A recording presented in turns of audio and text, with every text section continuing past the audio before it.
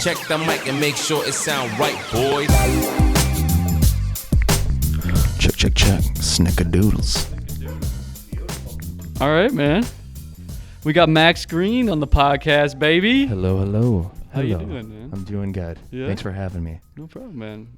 Love to hear about you. Yeah. So tell me, man. I know me and Max, for those who don't know, watching, grew up in the same hometown. The old St. Francis, Minnesota. Yeah, we did, man. Yeah.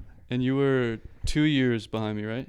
Yeah, I What think year? so. 2016. 2016, yeah, so 2 years. So definitely knew you, definitely knew of you, but obviously weren't the closest, so I don't know all about you. Obviously know you're killing it as a drummer right now, but Killing, it's a loose term, but surviving. Surviving as a drummer, doing more than most people. Living, at least. Living as a drummer. Living and breathing, yeah. But tell me, man, so how did that, growing up where we grew up, how did that kind of get incorporated into your life, and how did you find yourself going on that path? Because obviously, especially there, not a lot of people end up actually pursuing that seriously. Yeah. I was never good at math or reading. And I was always into like sports and like art and music and stuff, and really like energetic and just kind of a different kind of thinker, I guess. And so I got into music probably when I was in like 3rd or 4th grade. I wanted to play guitar. And I started with that, and it was just really hard for me to get going. It's hard for me to understand. It's very, you got to understand the music theory, and you got to understand a lot about just the notes and why and how you're doing things. And so I thought I was going to be a guitar player, and I thought I was going to pursue that. And then as I got a little bit older, I started writing my own music, and I wanted to be in a band, but nobody from that area really does music or more like artsy kind of stuff. And so I was especially on their own. Yeah. So I was just like, you know what, I've been writing all these songs. I'm going to just kind of start my own band and do my own. And were you writing the lyrics, or were you writing the music? Yeah, I was doing, because at that time I was way more of a guitar player and like trying to sing and stuff. And so I was like, I'm going to just be my own band. So I'm going to learn the drums, going to get a drum set and piece together my own songs. And kind of accidentally, I kind of fell in love with the drums and just gravitated to the drums more than guitar, and just learned and just kind of had a natural understanding for the drums. And so we got Bruno's making his first feature on the podcast. And he's licking the mic. That's right. But yeah, so and I just slowly kind of fell more and more in love with the drums, and started taking that more seriously and pursuing that. And then eventually, I think I was in 8th grade, I joined my first band, and have been really just doing drumming and playing in bands and stuff like that ever since, and just slowly got more and more involved into it. So, sorry, I might have missed it 'cause I got a little bit here, but how old were you when you started writing and seeing in yourself that you, or decided yourself that I'm just going to start making my own shit? Probably when I was like 5th or 6th grade. Wow. So it's pretty young. Yeah. I wish I would have started even younger, but probably right around then, yeah.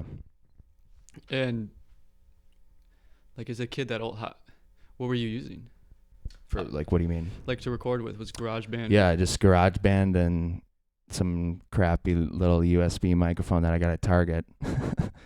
And I think by doing that, I kind of fell in love with then recording and seeing, like, back then it was just all very basic entry level, like, and I was just making complete garbage and it was trash, but I just really loved like playing something and then seeing it on the screen and be like, wow, you can actually like make something with this. And I really liked the behind the scenes of the recording. And then that's kind of what triggered me to get into the audio and production kind of things as well. So that's amazing to me.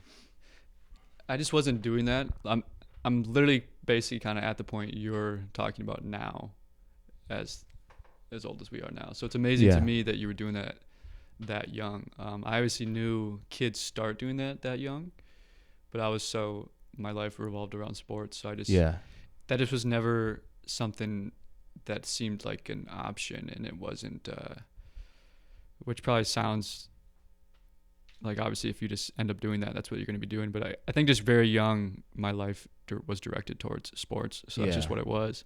But right now I'm dabbling on GarageBand. I'm dabbling with recording my own vocals and music and songs I want to make that I think are probably trash, but I'm just learning how to even use it and teaching myself. And like I said off air earlier, started learning guitar this year, electric guitar.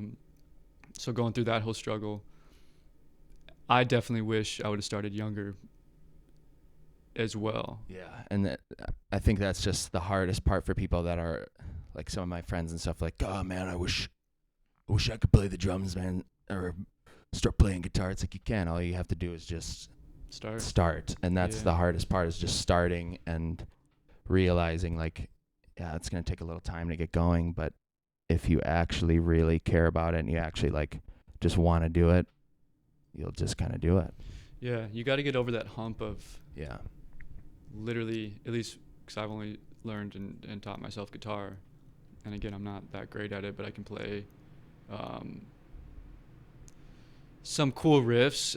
I haven't probably focused enough on a single song to play a whole song yet, but because I kind of practice a riff that I like, get a good chunk of it down, and then I kind of get bored and go on to the next. Same. That's how it was with me. Yeah, but you just got to get over. Literally, I'd be frustrated. Like, my fingers, like, why don't they just fucking move to the string and do the shape? Why don't they do the shape? I'm trying. Yeah. But you just got to get over that and literally, and there's gonna be certain things I found too, like literally the C chord. Mm-hmm. I'm just now, after 8 months of playing for the most part every day. I haven't played now at this point for probably a week and a half, and there was probably another like 2 week stretch in there that I didn't play. But since I like really got into it again, I've been playing almost every day since like April. Yeah. And I'm just now finally still not even 100% able to hit it right every single time. Yeah. But that chord specifically was hard as hell for me to learn. So you just got to get over that and get through that. Yeah, and something I've learned, like when I was younger and just starting, I'd be like, eventually I'm gonna be just a freaking pro at this, and I'm gonna be able to play that song note for note, and eventually I'm gonna be just the god. And you never get to that level. Yeah. Like, you're always chasing something. I look at it as like every year, and I kind of like assess the things that I've been able to learn, like drumming wise, and last year I couldn't play this, or I didn't understand this, and this year now I can play this, and I'm only a little bit better. But as long as I'm always just kind of moving up a level, every year, if I move up just one level, then it's like, all right, I'm slowly getting better. You'll never be where you want to be, but it's always just a slow, like, all right, I'm not plateauing. Because I think when I was in high school, I kind of plateaued because I wasn't around a ton of other drummers. I wasn't around anybody that was better than me. So there was no like expectation of, you need to, this is what better is. This is someone to measure up to, really. And so once I got into college and went to school for music and stuff, I was, I was like the best drummer in fucking St. Francis, because I was the only drummer in St. Francis. But then, was there another that you knew of? No, because nobody nobody did that. But I went to college, and I thought I was the fucking shit, and I show up and everybody's 10 times better than me, and I was like, wow, I got a lot to learn. And all these guys are just shredding, and it's like, okay. And it was really like eye-opening experience for me, and just to kind of like, you know, you're never going to be the guy. You're never going to be the shit, but you can always slowly just kind of get Work your better way and up. better. And But does that excite you that, like, guitar for me, I would love to be exactly what you're saying. I've loved guitar. I've been into rock music and classic rock music since I was a kid, just from my dad. I like basically all music, but the guitar, like, solos that just shred, always captivated me. Yeah. And as a kid, I wanted to be good at it. I tried, like I said off the air as well, a couple times, ended up giving it up because of how fucking hard it is. But now that I'm actually in it and able to do some things, it excites me that it does seem like, okay, I'm going to be able to do this literally my whole life. yeah. Unless I want to give it up, whatever, and get sick of it. But I don't see that happening. And whether I take a week or two off here or there, like, I think I'm always going to come back to it Yeah. when I have the time. And, yeah. and you can literally get better your entire life. Yeah. And it just becomes like a therapy session for you. You know, like me playing the drums hour or 2 hours a day is just a way for me to like just shut off Decompress, kind of. and just focus on nothing except for music. And it's very like physical, and it's a good way to just unwind, decompress. And Do you feel that way about even recording, like songs that you're making? Is it more stressful than when you're just playing? Yeah, Because you've put out albums, right? Yep. Yeah. Yeah. I play in a band called The Only, and then Yeah, you guys played, I remember, at like one of our pep rallies or something. well, that was my Was it my high school band. That's a that I was different in. band? Yep, that was a different band. Okay. But Hey.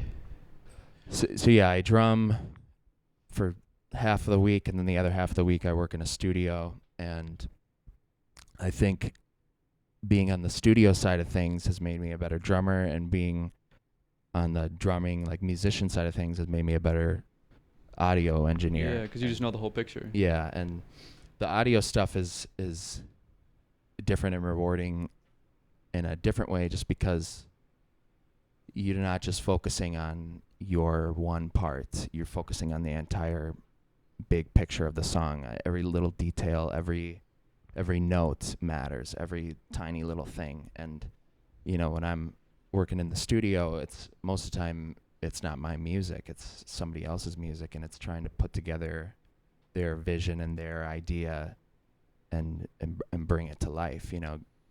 And it's nice to have a different perspective of not being the writer and not being the creator, but being like the other mind to kind of just help put everything together. And it's a different challenge, but it kind of, it's like a full circle where, like, now that I am the studio guy, I understand, like, oh, when I'm the creative guy, I know what they're thinking right now. And so You probably know how to communicate exactly what you want a lot better than to out of the sound. yeah, I think so. Like, fucking do this, go to this, whatever, hit this tab, move that bar. Yeah. I think it's just a better understanding of just the music in general. Yeah. And so when did you, again, I think you might have said this when Lil B was distracting me. He's sleeping now. He's all good. If you hear any barks in this podcast, It's from me. Max is the dog. Get But when did you transition from playing guitar into realizing you actually like the drums a lot better? And did you stop just playing guitar and kind of drums took over? No, I still play guitar and a little bass and a little piano. I'm not good at piano at all, but I drums is definitely my main thing. I started that when I was 13, so like 8th grade,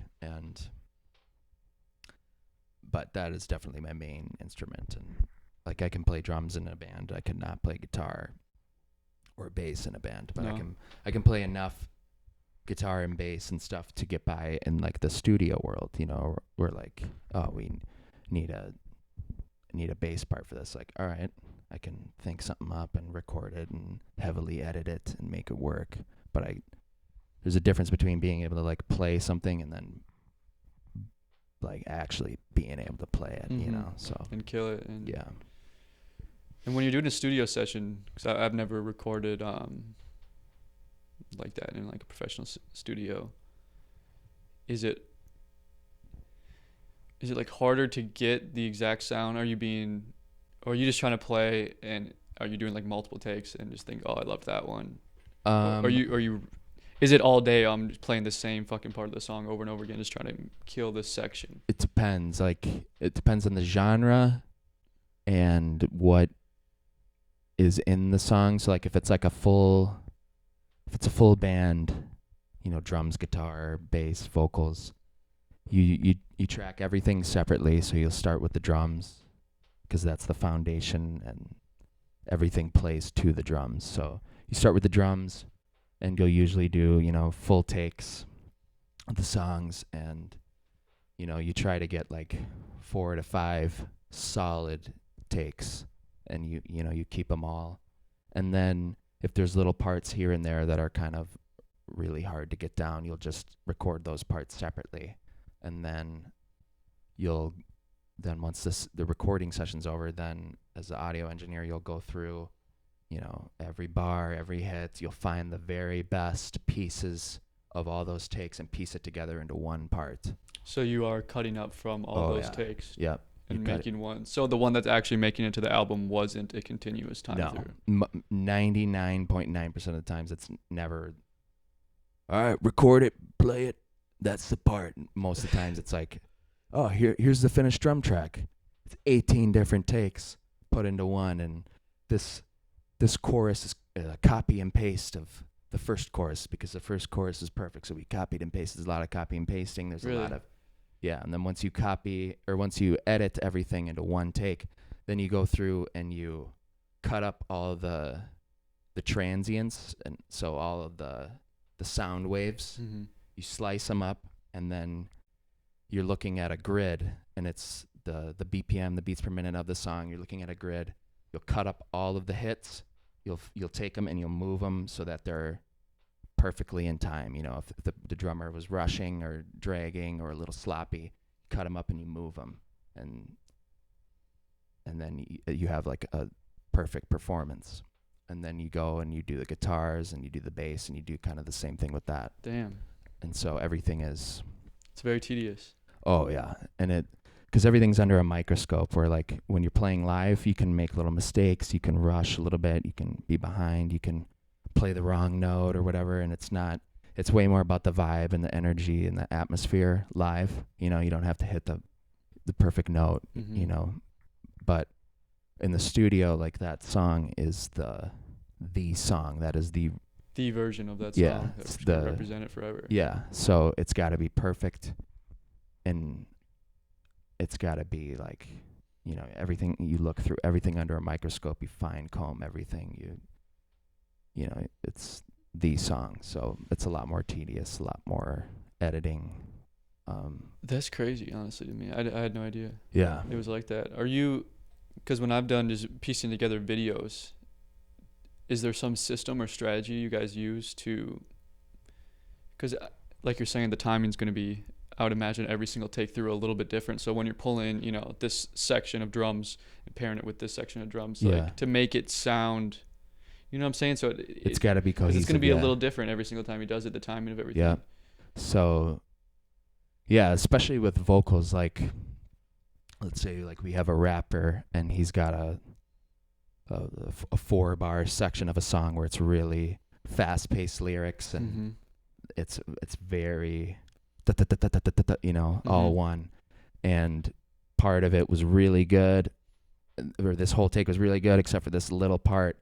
Now we got to find that little part from another take, but the vibe, the tone, the energy, the flow of it has to match for it to seem like one cohesive thing. So if you're not consistently playing or singing or doing the part every take, it's going to be really hard to piece it together. Or if you're going into a drum fill and you don't hit the cymbal at the end of the drum fill, and then the next part of the song is heavy with the cymbals, you play the song, or you play the drum fill, and there's no cymbal there, and then you put one in and it's like, it doesn't match. Mm-hmm. it's gotta seem like it's the same performance. Has got to seem like it's the same part, you know. So the vibe, the energy, the tone, everything has to be consistent every take that you do. Otherwise, it's really hard to piece it together and make it seem believable that it is one continuous song. thing. Yeah. Yeah, because I had no idea that. Again, I don't have a ton of background in it, so maybe I'm just that's why I don't know, because I just didn't know. But I always assumed they would just do take after take until they loved one, and was like, damn, that was the one. Yeah, that one's not better really. than all these. Yeah. But It's more. We'll do more section by section. So like, let's just do the intro. 4 to 8 times. Okay, we got enough in here that we can work with. Now let's move on to the verse. All right, we got a good amount of the verse. Now the chorus, and just more part by part, section by section. And then if there's any little difficult thing that you really got to nail, then just focus on that. And so a lot of puzzle piecing things together. yeah, that's just amazing, honestly. And especially if the people fucking suck. Yeah. If they're just bad. Or they're having an off day, or just their energy's down. Yeah. And I don't know. I drink a lot of coffee, so Yeah. if you're taking multiple takes, I'm sure it takes a couple hours. Oh yeah. The first couple, whatever, are probably going to be the highest energy, and then as the time goes on, I'm going to kind of lose energy. Yeah.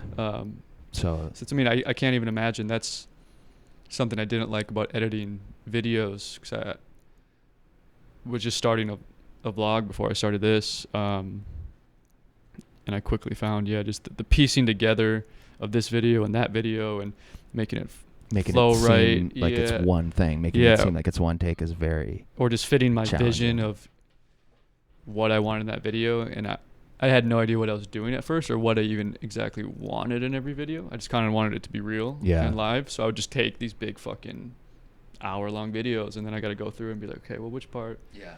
So piecing all that together, it sounds a lot like that to me. Yeah. And I did not like that. So yeah.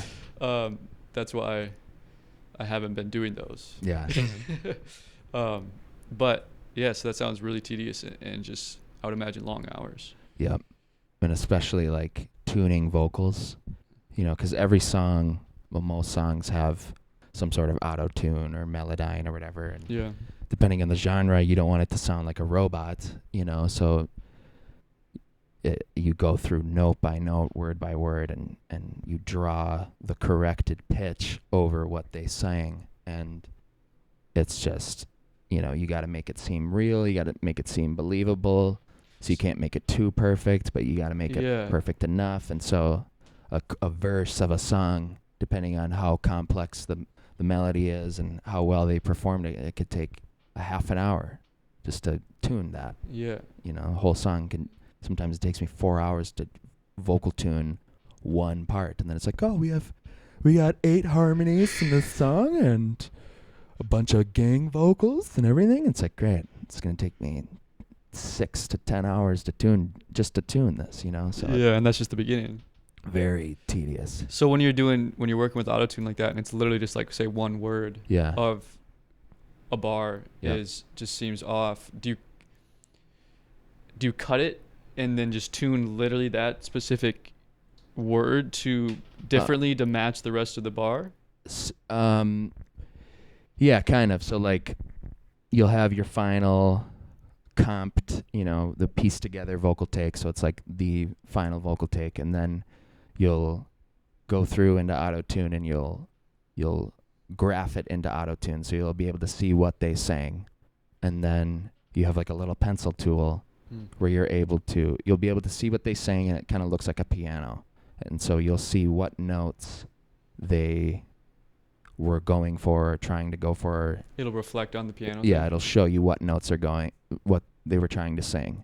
And then depending on how off they were, then you'll go and draw it to kind of fit that note a little bit better. If they executed it really well, then you just won't tune it at all. It'll just hit it on its own. Yep. Or if it's a style of music where, they want it to have the T-Pain effect, then you do everything really, really heavily. And is that making it perfectly auto-tuned? Yeah. So you're tuning it perfect every single time? Yeah. So it kind of gives it that I guess, slight mechanical Yeah. sound. Yeah. You can be really heavy-handed with it, or if it's a totally different style of music where the vocals need to be really good and they need to be tuned, but we don't want it to sound like auto-tune, then you got to be a lot more gentle, and that's a lot more hard because it's very easy to make it sound like a robot, and it's very easy to overcorrect. Yeah. So, yeah, it just kind of depends on the situation. And have you unfortunately ran into the situation where, because I'm guessing the artist, if you're tuning someone else's and editing someone else's music, isn't always there as you're doing it, or are they always sitting with you and going through it with you? It depends. Some people are there when we edit and mix, and some people aren't. And a lot of times they kind of know their abilities and their skills, so they won't be as surprised by the auto-tune, or they'll be like, I really want you to auto-tune this pretty heavy. Yeah. So some people are more accepting to it and understand it, and some people are really scared by it and like, no auto-tune. Are they offended that it needs Sometimes, auto-tune? yeah. That's what I was going to ask, if you've gotten into a point where you had been editing for hours on something, working your ass off on this, and then you present it to them and they're like, I fucking hate it. Yeah, do it again. And that's why you kind of get a feel for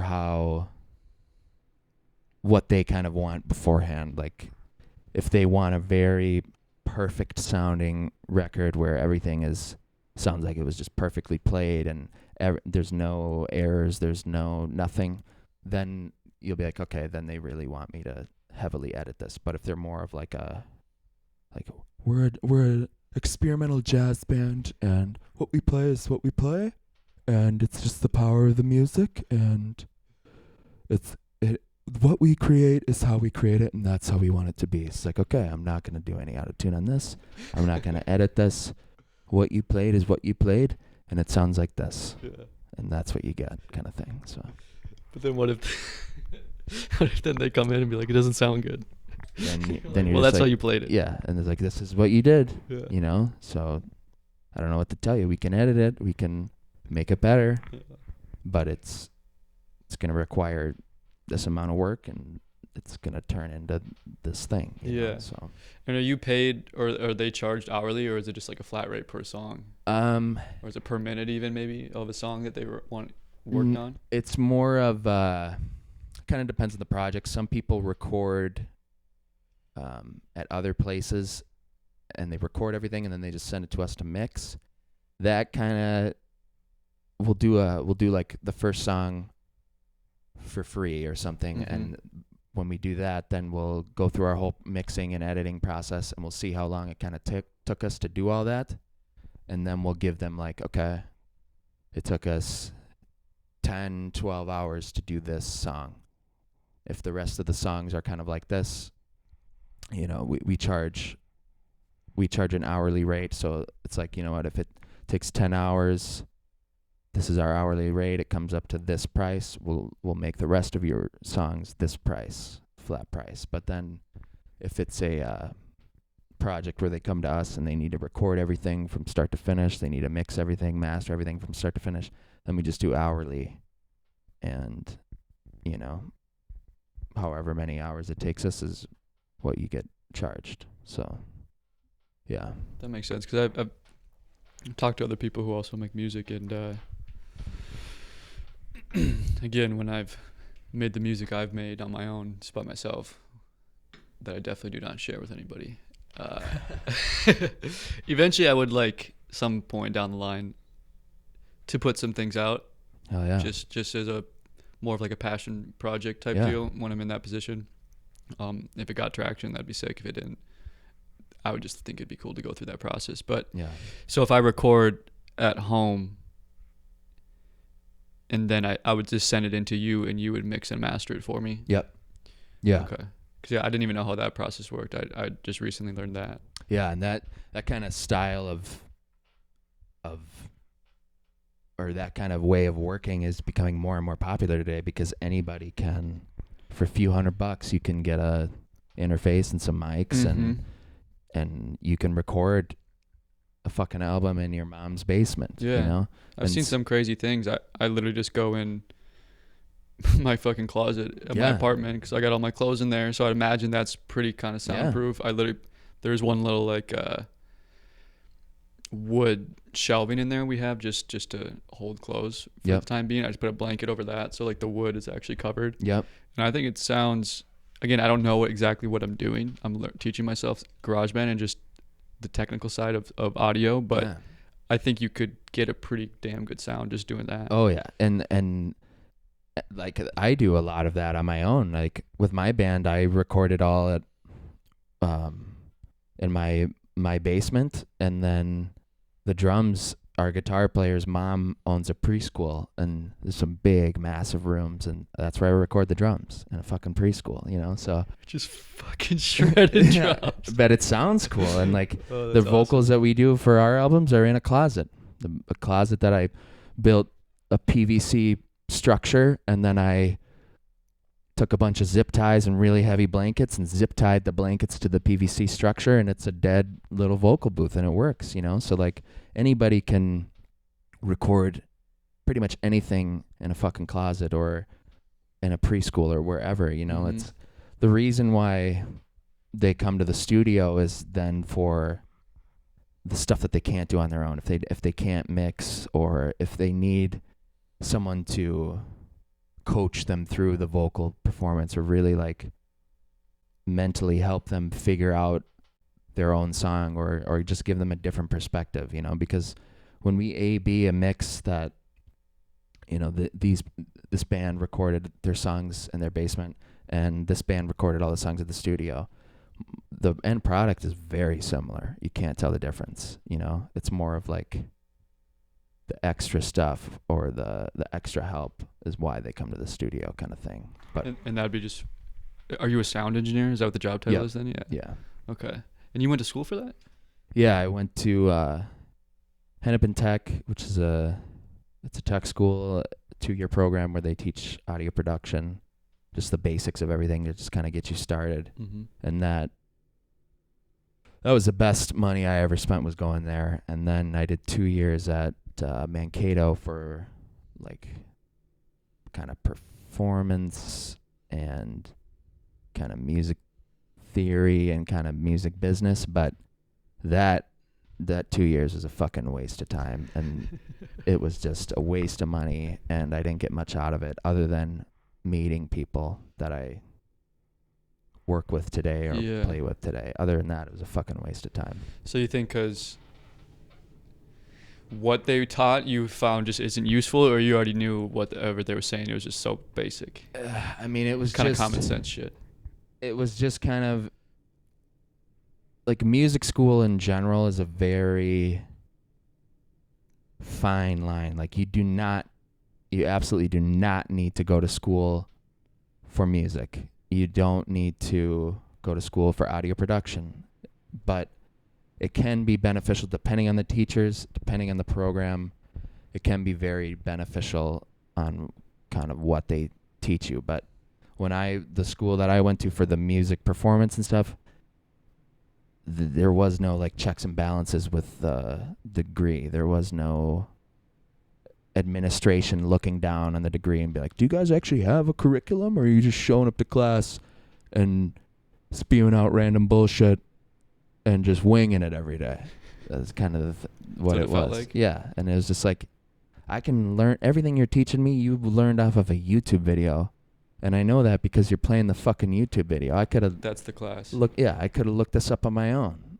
And a lot of the stuff they were teaching were just very broad. Like, you need to believe in yourself and be a self-starter. It's like, I'm not paying X amount of dollars to hear that. I want to know things that I don't know, kind of thing. Yeah, teach me some technical shit. Yeah. And it was for the business side of music? The 2 years at Mankato was that, yeah, business side and a little bit of performance and a little bit of music theory kind of stuff. But the 2 years, some confidence building, sounds like. Yeah, yeah, unneeded. Yeah. I mean, was there other kids? Did you feel like you were just confident already, or was there other kids in there who loved that type of shit? Like, oh yeah, he's telling me to go for it. I needed this. Yeah, like Or were they probably not saying that out loud? So The kids that were like, you could tell are like, this guy's gonna be fucking successful, or this chick's gonna go far. Like, yeah, they all kind of understood, like, we don't need this. yeah, why do we have the same teacher for 4 classes, and why is he teaching the same thing in every class? Like, this is a waste of time, you know. But then, and they already knew kind of what they needed to know, and they already were self-starters, and they already were doing things outside of school to by the time that they would then graduate, they could go and actually do music or do whatever they wanted to do, as opposed to a lot of the kids are just like, I like music, I want to be a pop star. They just kind of stumbled in there. Yeah, they just stumbled in there and just kind of took everything that the teacher said as, this is the fucking law, this is the way it is. In reality, nobody knows the way it is. No, it's all, the music industry is always changing. Technology is always changing. There is no formula. There is no right or wrong. It's just kind of go do whatever you're passionate about and try and make fucking money doing it. Yeah. So, do you feel like, because being here in Minnesota and then living in LA now and going after the things I've been doing, I feel like people here can get duped into just paying for shit that is connected to music, the entertainment industry, and it's not really valuable, but just because there's not that many people here who are doing that or talking about it or holding classes in that, yeah, it's like they're not really teaching you anything that you couldn't already have known on your own, but it's just they're the only ones who are talking about it, so people pay for it. Yeah, and, like, and anyone who has an interest in that ends up going there and finding themselves there. Yeah, like, yeah. When I was in high school, I met with this guy just to talk to him because he's a producer and was in some semi-successful bands and stuff. And he told me, and I think about this all the time, he's like, because he was like, what are you going to do after high school? I was like, oh, I'm going to go to music school. He's like, don't do that. You're going to be wasting your fucking money. Some schmuck who failed in the music industry is now a teacher and is going to tell you how to do things. If you want to learn actually how it is and actually how to do audio production, just come with me and I'll mentor you. And that's dope. And pay me $1,000 and I'll teach you this, instead of paying thousands of dollars for a fucking degree and stuff you wouldn't learn. And I was like, I'm just gonna go to college anyways, because that's what you do. And and by doing that, I was like, oh, he was so right. Like, if you actually want to learn it and you actually want to do it, you just have to do it, and you have to surround yourself with people that are actually doing it, and that's how you learn. Yeah. And that's the only way I've learned things, is by being a fucking idiot and having people that are smarter than me and actually professionals take me under their wing and help me out. That's the most valuable teachers I've ever had, is internships I've done. Other drummers out there that are pro drummers that are doing this as their job, just meeting with them for coffee and talking with them. Like, I've learned so much in an hour just talking with them than I ever did in a fucking classroom. Yeah. You know? So. Yeah. I learned that same way. It sounds like what you're saying is, because I learned through, you can tell me something I'm trying to learn. I'll kind of get it. I'll get like the basics of how it's supposed to go, but I need to feel what it feels like to do something. Yeah. And either it's going to feel like this is right, I'm going to know it's right, or more than likely the first times I'm going to feel how it feels like to fucking be wrong. Yeah. Do it like shit, process that mentally on my own. And it's just like a feeling of like, okay, I need to do it like this or do it like that until it is done right. And that's just how I learn. I know people learn differently, but especially with music, and it seems like that industry of they're going to, I'm sure some places are great music schools. Yeah, and there definitely is good music schools out there. And Hennepin Tech, that was strictly audio production, but that was a great fucking school, you know. Yeah. So. Did that teach you the whole software engineer side of it? Did you not know that before, or did it just completely expand on what you already knew and it was perfect? I knew nothing going into that, and it taught me the basics on like Pro Tools and just the basics on recording and is Pro Tools the software? Yeah. Okay. and it gave me the tools just to kind of be able to go then, all right, cool, I know now enough where I can apply, or not really apply, but I can go to a studio and be like, let me intern for you. Yeah, I know to do some things. Do enough to get by, kind of thing. And then by doing the internship, then you actually learn a little bit more, and you actually are taken under the wing of a professional, and by It's hands-on. by being there, you have the tools already, and now you're just applying them and learning like way more in-depth ways of doing things. So, and would you recommend that for all musicians who are kind of coming up and young and thinking about school, or was that just something you wanted to know the technical side, and you can get away with it if you're not interested in it, you just want to do the performing side? Like what do you mean? What would I recommend? Like if you're talking to a kid who's coming out of high school or in high school and he's another drummer, Yeah. Would you, even if he has no interest in being a sound engineer, like would you just say it's that big of a benefit and helped your drumming out that much? Like, yeah, you should go learn that. It's going to help you out a lot. Or is that just something that you wanted to learn and you probably don't need? Yeah. But it's good to know. I got a couple answers for that, I guess. Like, I would just tell them, like, learn, if you don't care about the in-depths, if you don't want to be an audio engineer, that's totally fine. Then just go be a drummer, meet as many different musicians as you can, play as many gigs as you can and as many projects as you can, go to other people's gigs and just be around, be in the scene all the time and always meeting people. That's how you'll get gigs. That's how you network. Yeah, just it's all networking. It's all about who you know. So learn the basics, get GarageBand and get a little interface and just learn the basics so you can, record some stuff at your home and send it to someone, or make a YouTube video or that kind of stuff. Learn the basics there. You can learn that off of YouTube. But for somebody that actually wants to do audio production and be like an engineer, then I would say either go to a school and try and learn it, or just go and find all the studios in your city or whatever and try and intern at any one that you can, and just that's how you learn. Just learn through hands-on shit. Yeah. Have you ever talked to that guy? Are you still in contact with him? The guy that told me not to go to school? Yeah. Every now and then I'll talk to him, but did you ever go work under him? No, I did not for him, but I took his advice, and then while I was in college, I interned at a couple different studios, and I interned at a church under a live sound guy, and just tried to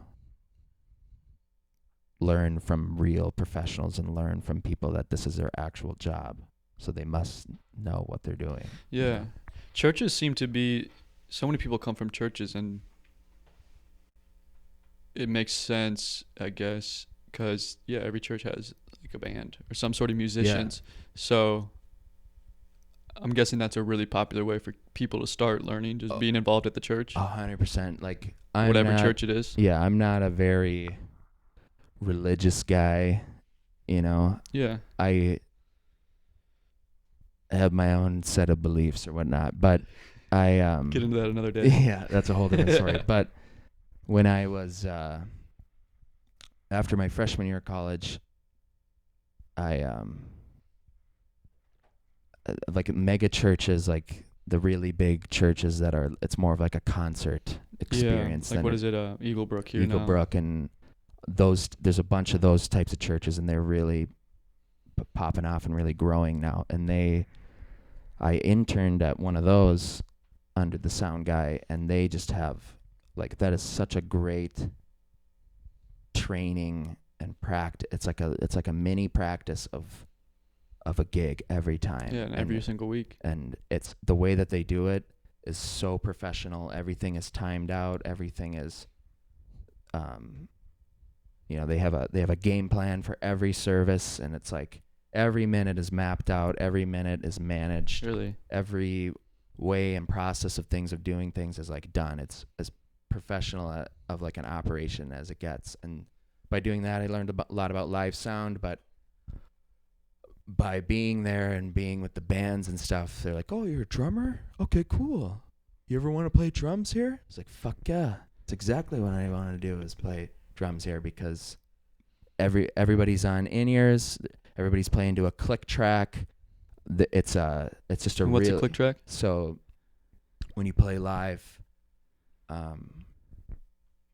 most of the time people have like in-ears, so it's just like headphones in your ear. Yeah. And instead of having a monitor on the floor, that is a way to hear yourself, because otherwise you can't hear yourself. So there'll be a monitor that blasts what the audience is hearing back at you so you can hear yourself.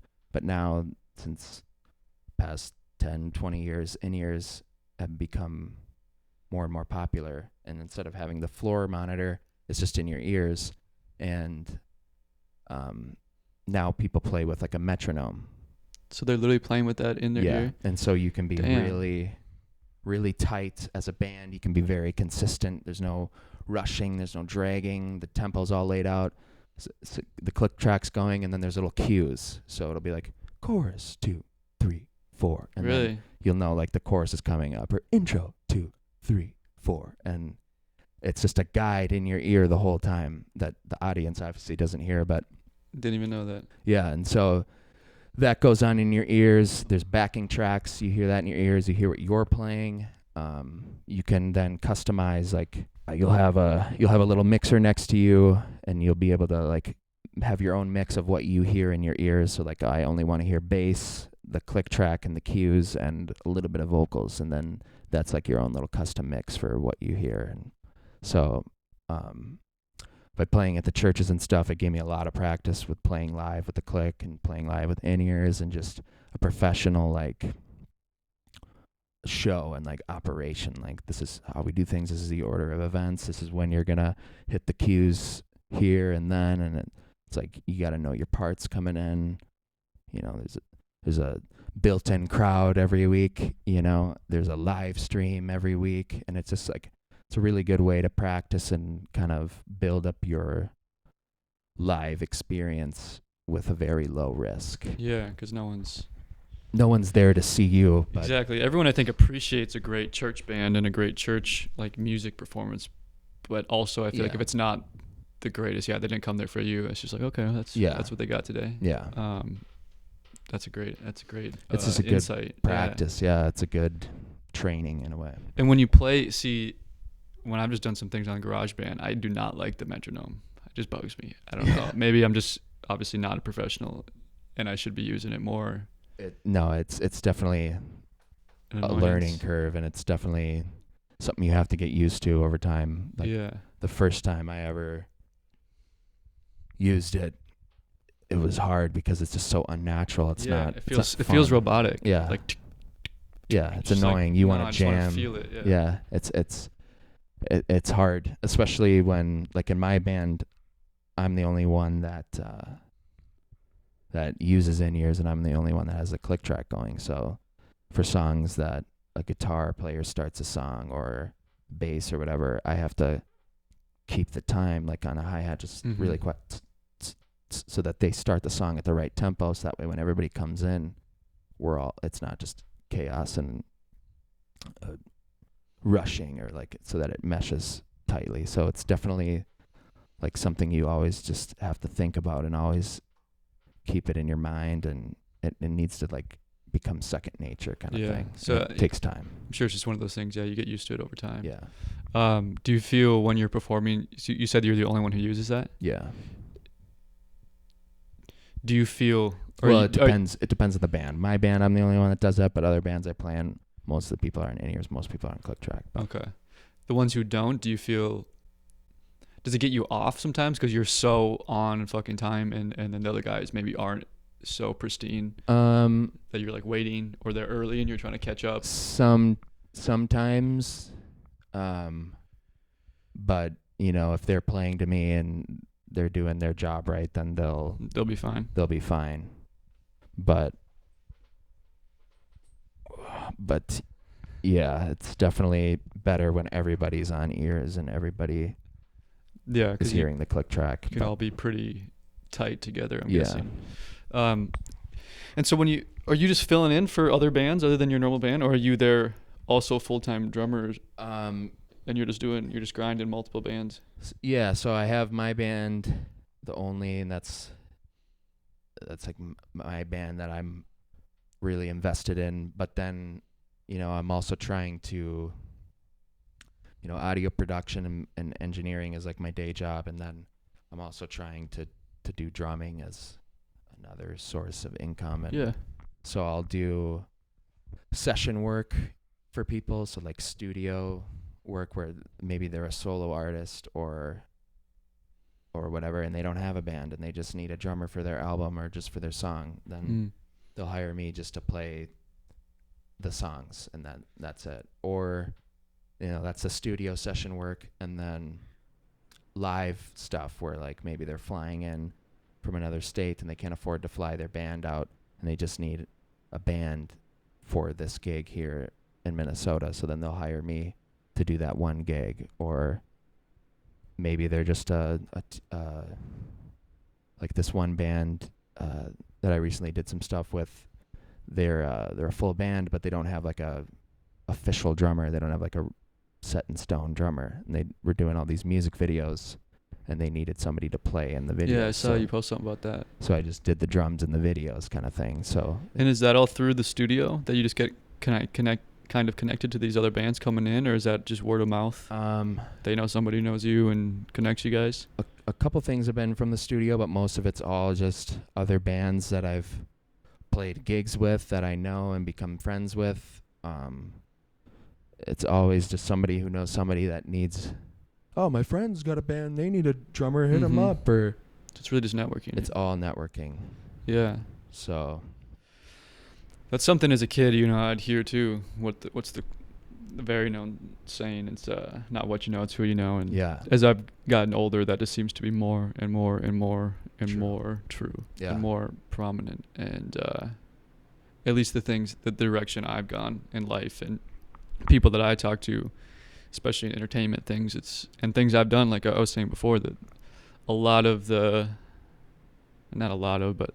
a good chunk of the things I've done acting wise is networking. Basically, I just kind of knew somebody who was looking to fit a role or fill a role. Obviously I fit the part, but I would never have got that. There was no like broad public auditioning thing. It was just someone knew somebody, suggested me, maybe I send them something or not, but that's how it got started. Not that many things, just that one last short film did I actually get it strictly off going through the audition process, which and I think it goes like that all the way to the top. Yeah. Producers become friends with actors. Maybe they got the job the first time, but once there's that relationship with directors, actors, it seems like a lot of directors then kind of hold their group of actors that they like in their films. 100%. And it makes sense because, that's their livelihood. They want it to be good. So like anything, you're going to put the people you trust in positions to do those things. And I'm sure it's the same with music. Like when you watch movies and stuff, it's always like, I got the audition and I nailed the audition. Like there's no, and then you show up to the place like, I saw this advertisement on a street pole, coming here to audition for your band, bro. And you show up and there's a white room and there's a line of drummers and like, all right, you're next, man. Let's see what you got. That doesn't exist. Maybe I've done 1 or 2 auditions maybe in my life. The rest of it's all like, oh, dude, I know you from this band. We played a show together. My buddy's band, they need a drummer for this gig. Can you do it? Yeah, I can do it. And that's how it happens. Yeah, that works out. Oh, with the music video, with the band Villain of the Story, they they just released an album and did what a bunch. What are they called? Villain of the Story. Villain of the Story? Yeah, they're pretty fucking sweet. Great group of guys. But check them out. They don't have like an official drummer, and they needed a drummer for these videos, and the 2 lead singers went to high school with my girlfriend, and that's how I met them. We went to the one guy's like kind of wedding reception thing, and just got to talking, and like, oh, you're a drummer? Yeah.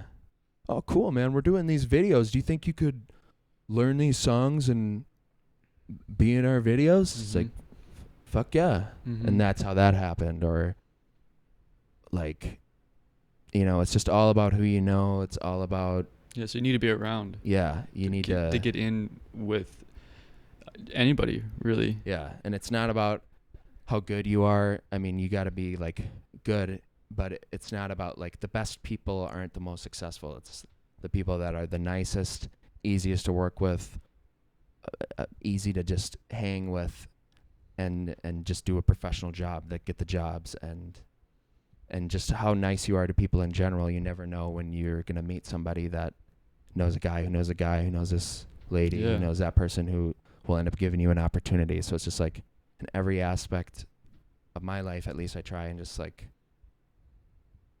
network in a way, but also be like genuine towards people. Yeah, that you want to be a nice person because you are, obviously too. But keep in mind wherever you are, you could meet somebody. You just never know where an opportunity could happen, or who you could meet, or who you could give an opportunity to, or like for my band, we've had a couple different guitar players, and just our newest guitar player that we found was a guy that I went to school with and was friends with my cousin. And that's how we met him. You know, there was no like audition process. There was no like post flyers and call this number if you want to audition for our band. It's just like, oh, hey bro, I saw you played the sick John Mayer song on your Snapchat story. You're good at guitar and you're friends with my cousin. You went to high school with him, right? Yeah. Cool, man. You want to come jam with us sometime? Yeah, and then that's how it happens. So it's all just very organic. Friends, yeah. It just kind of happens. Yeah. Do you ever think about moving to a bigger market? Obviously, I'm sure it's a thought. Yeah, because I mean, you have that's the exact mentality you need to have. Yeah, I've thought about it more when I was kind of getting ready to graduate college. I mean, when I was kind of getting towards the end of that, because it's definitely like, you know, there, if you go to LA or Tennessee or New York or whatever, that's where like the big markets are. That's where 85% of all professional stuff happens. But it's also, you know, because 80 to 90% of that stuff happens there, everybody that wants to do music, everybody that wants to be a drummer, everybody who wants to be in a band is there. So it's a very like competitive, very saturated market, and everybody there is fucking incredible and 900 times better than you. So like, I thought about doing that, and I was gonna either move out to LA or Tennessee or whatever, but then I just got opportunities and things that just kind of have happened here and organically just kind of worked out enough for me here where it's like, you know, I could move out there and try and start from scratch, or I could take these opportunities and try and grow them here and see where that kind of leads. And well, it could still work out perfectly where if you kind of become the big fish in a small pond, then you get noticed by someone else in those other markets, and then you can kind of maybe make a smoother transition. Yeah, so you're not starting from scratch if you already had a start here. Yeah, and for me, I don't really care about being like, care about being like famous or a fucking rock star, you know, because that just doesn't exist and that's impossible to do. All I want to do is just make enough money playing drums and being in a recording studio to pay my bills and just to be able to be in control of what I want to do and just be happy. And so if I can do that here and do what I want to do and just be happy, then fuck yeah, then I'm living my dream and doing what I want to do, you know. So I'm just kind of taking it day by day, opportunity by opportunity, and yeah, and I feel like you were saying, big fish, small pond, it is a little easier maybe to be in a band and grow a band here where there's not 5,000 other bands, you know. There's a small scene here, and it's easier to maybe grow from scratch here. Or and as long as you're still getting better, that's really all that matters, because if you're doing that and you just keep getting better and better and better, there's no reason you couldn't simply be heard by a radio station, whatever, in a bigger market, and then have a presence there simply just because you've been here and able to get better and just grow yourself to where you can compete with anybody who's fucking out there. And like, because there is less players and musicians and whatnot here, all the opportunities are less competitive because there's less people going for them, you know. So, but also with the internet, you know, anybody can connect with anybody, at least for music, like across the world. You know, you don't actually have to physically be in the same place in order to record a song at your house and then send it to them and have them work with it. Or like, oh, I saw your YouTube video, man. Let's have you fly out here and do a project for a week or whatever, you know. So the internet, I feel like, can bring people together a lot easier. Have you done that a handful of times, like recording, say, vocals with someone who you never even actually meet in person? You just find them on the internet and have them send them to you? I haven't really, because I'm still just fucking starting out and I'm still, you know, just in the beginning of everything. But I know a lot of people that have, you know, done collabs with other people that they've just met off of Facebook or whatever, and done, you know, they'll record a vocal or whatever in their house and send it to them, and that's how relationships and connections happen. And I know other people that have kind of, like, audio engineers that strictly just do mixing. They'll just have people from all over the world record somewhere else and then send them their stuff, and they mix it, and that's all they do. They just do mixing, and their whole market and their whole client base is all over the world, you know. So yeah, that could almost, I could see that almost being an advantage. Yeah, because if you have someone, you're working here and you got someone in Chicago who's doing the vocals, then obviously they're probably promoting obviously the same music you guys are making together in a completely different place. Yep. So yeah, I don't know, that could be a good strategy maybe. Yeah, and with technology today too, like, everything's becoming more and more DIY, so that's kind of where it is all kind of moving towards. Like, I see a bunch of musicians that I like on Instagram or whatever be like, they'll post like, hey, here's my website. If you want me to play drums in your album, here's my fucking Cash App and Venmo. $100 a song. I'll send me the song. I'll record it. Send it back to you. There you go. You got this pro bass player on your track, or a feature from your favorite singer. Yeah, everything's gone. Obviously, technology is coming up in our lifetime. It's just taking over so many things, but especially with the pandemic and everyone basically being told they have to stay home, it definitely seems it's expedited that process of things like this, where you just figure out how you can do it at home, and then it forces people to do that. So then obviously people evolve and get better at, I'm just gonna do it at home, and this works better than that. And 100%. Do you find though it's less enjoyable not like recording live with somebody, or do you not really, does that not really bother you or have an opinion about it? It kind of depends on the project, and sometimes it's nice to just get everything done and all the tracks, you know, so then you don't have to sit through and try and edit everything from the beginning. Sometimes it's just kind of nice to be sent like, oh, this is the final parts, these are the final recordings. Now you just mix it. You don't have to do all this editing. So sometimes it's nice, but sometimes when you're doing a project where you're very involved in the creativity of the recording, and the band actually needs a producer, or the rapper actually needs like your opinions on their performance, then it's a lot more creative, because you're involved in the recording, and you're more involved with like the capturing of the art. Yeah, you know. So I feel like I've heard, just watching whatever random videos on social media about artists saying that they've just felt to make really good songs, they would rather be together in person. And I don't have experience with that, so I was curious if you felt that type of way, where it seems like your songs are better if you're having that experience together in person, live, of figuring out what sounds best here or there, instead of someone just recording 100%, 1,000 miles away and sending it to you, and you just got to figure out how to make it work. For me, He's loving you right now. for me, I think Maybe too much. All right, buddy. For me, I think I definitely I create way better music and way better stuff when I'm with other people. Mm-hmm.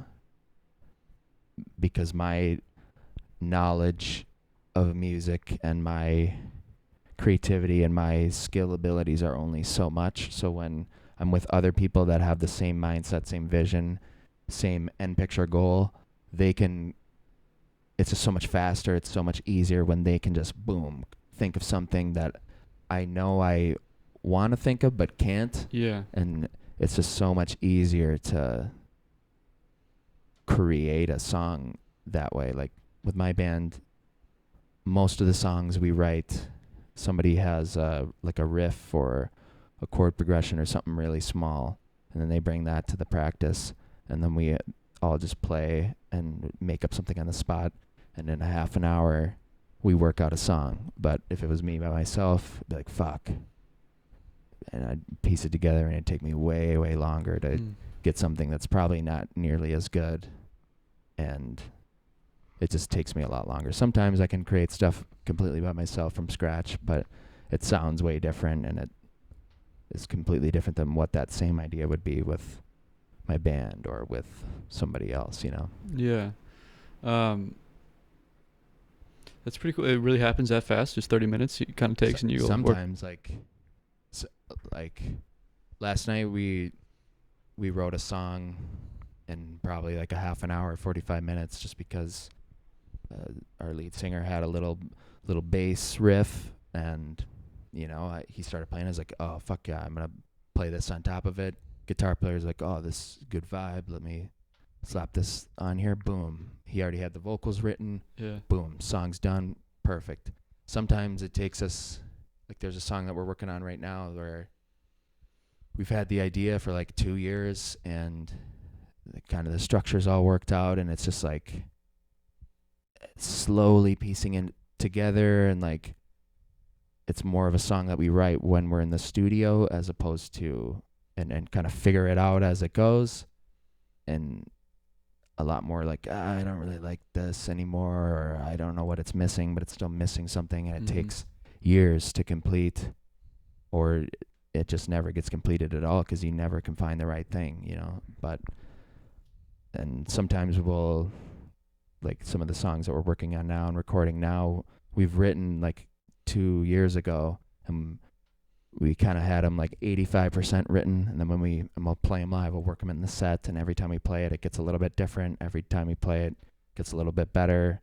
Every time we play it, it gets a little more consistent, and over the span of 2 years, that song evolves and actually turns into what it is now, and it was a completely different song 2 years ago. Yeah, so it's just literally evolved. Yeah, it's kind of different every time, but a lot of similarities from song to song. Yeah, that's awesome.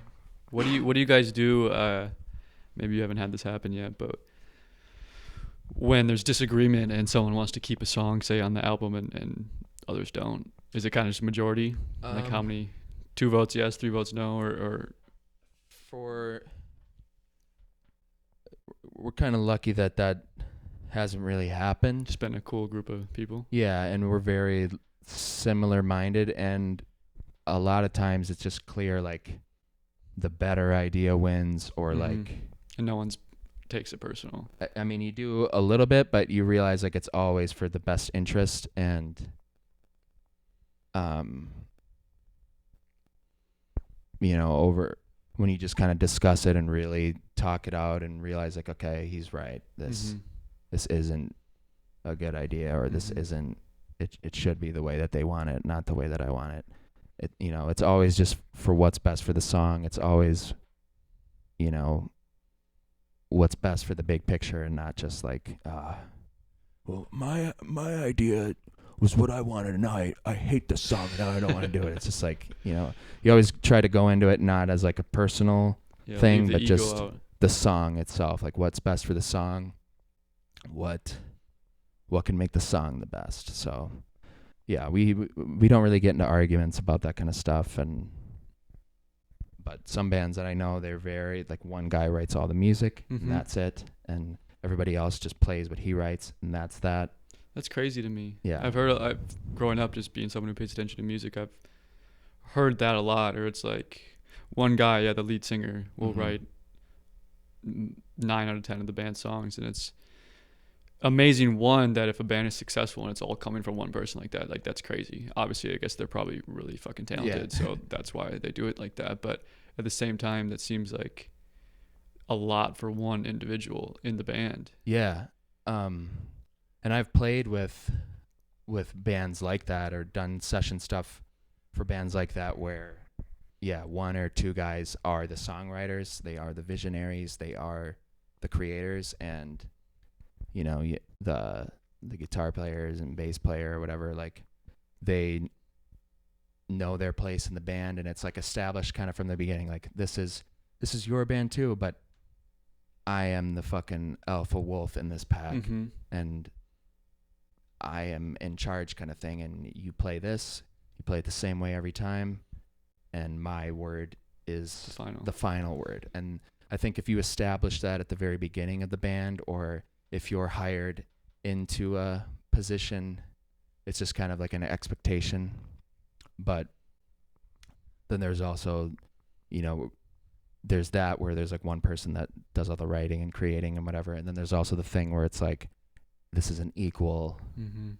party, everybody here contributes, we all work it out kind of together, there's give and take, it's a more collaborative thing. So I think it just kind of depends on the style of music, it depends on the band or the group or whatever, and it depends on just kind of the expectation. So you don't feel like one way kind of works better than the other?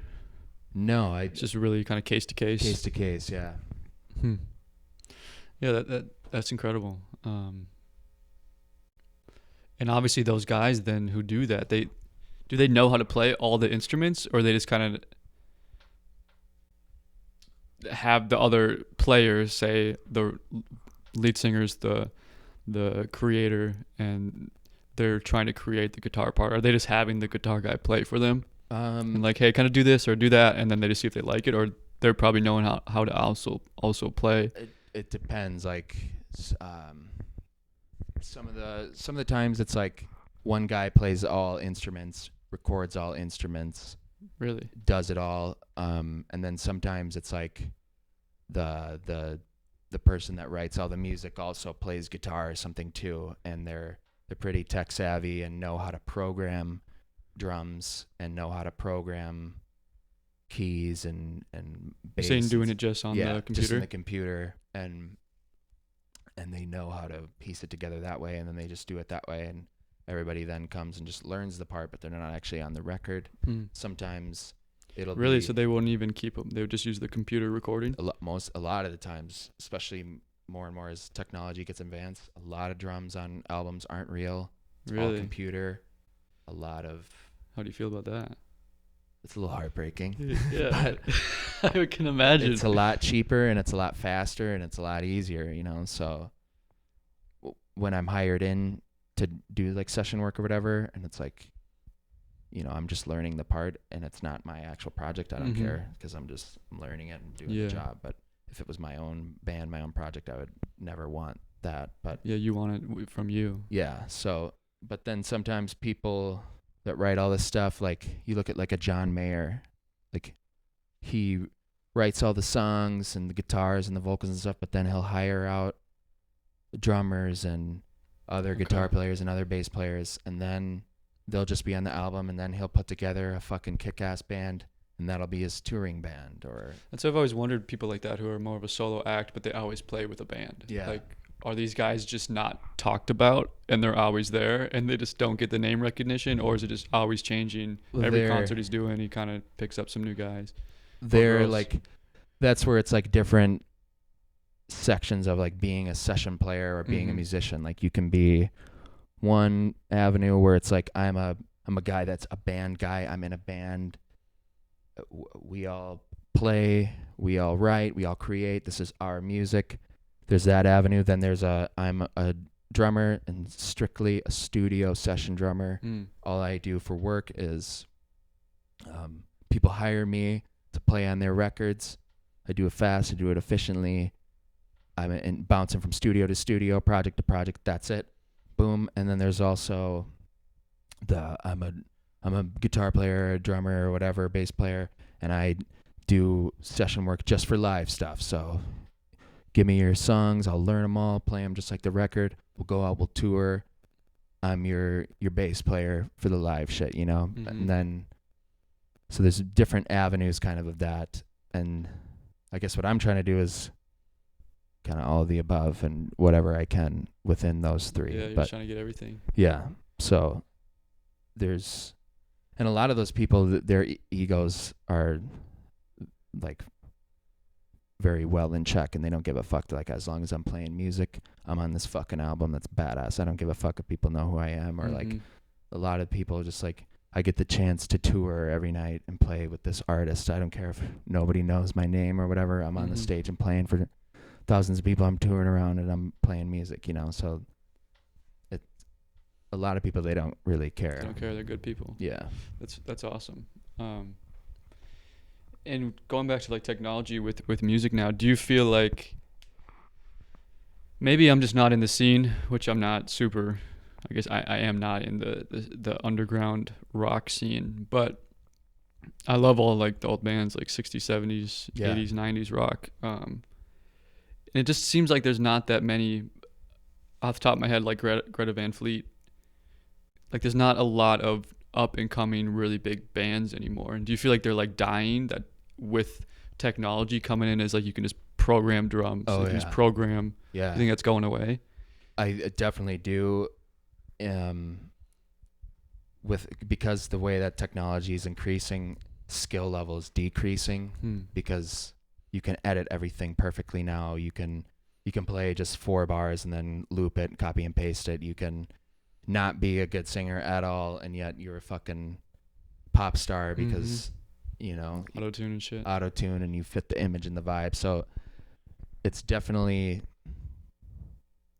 changing, and you know, rock music isn't the most popular music anymore. It's all hip hop, rap, R&B. That's like the most popular thing nowadays. So guitar players and bass players and drummers and stuff are not as needed in those styles of music right now, you know. So yeah, a lot of it's just like a computer beat, just a backing track and the artist. But I think now that radio is kind of dying and streaming is the thing, you know, people are getting more into music that they stumble across or they find, or music that their friends like, and they're getting such a wider palette and wider exposure to everything in the world. You know, there's so much shit out there. They can find whatever they want, and they're not just listening to the same 10 songs on the radio because now they have every song in the world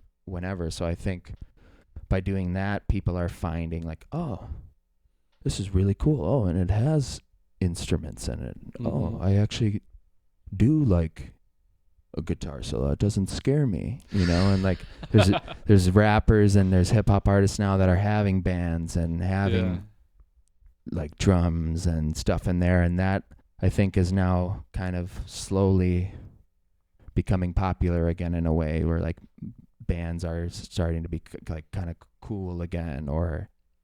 And because there's so many different styles of music, you can be a band, but you don't have to be a fucking rock band. You can be a pop band. You can be a experimental band. You can be a rapper that has traditional, you know, music with the vocals and just the beat track, and it's regular rap, but then when they play live, they have a band behind them. Like I've done that. I played with a rapper before where he just is like, you know what, I'm trying to have a live band with me behind me because it's just a cool element for the live show, but the recordings are completely different, you know. So I think, love live bands. Yeah, and I think people are, because there's just so many different styles of music, they're finding ways to incorporate real instruments into them in different ways. And so I don't know, in a way with technology it hurts, but in a way it also kind of helps. It's kind of making a hybrid of all of it. Yeah. It sounds like.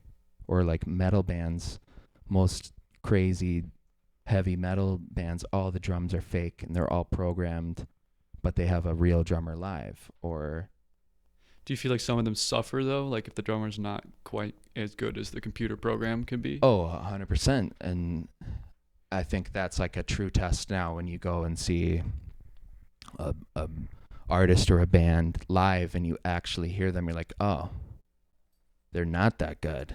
They actually, this guy can't fucking sing, or this girl can't sing, or oh, they're not playing what they played on the album.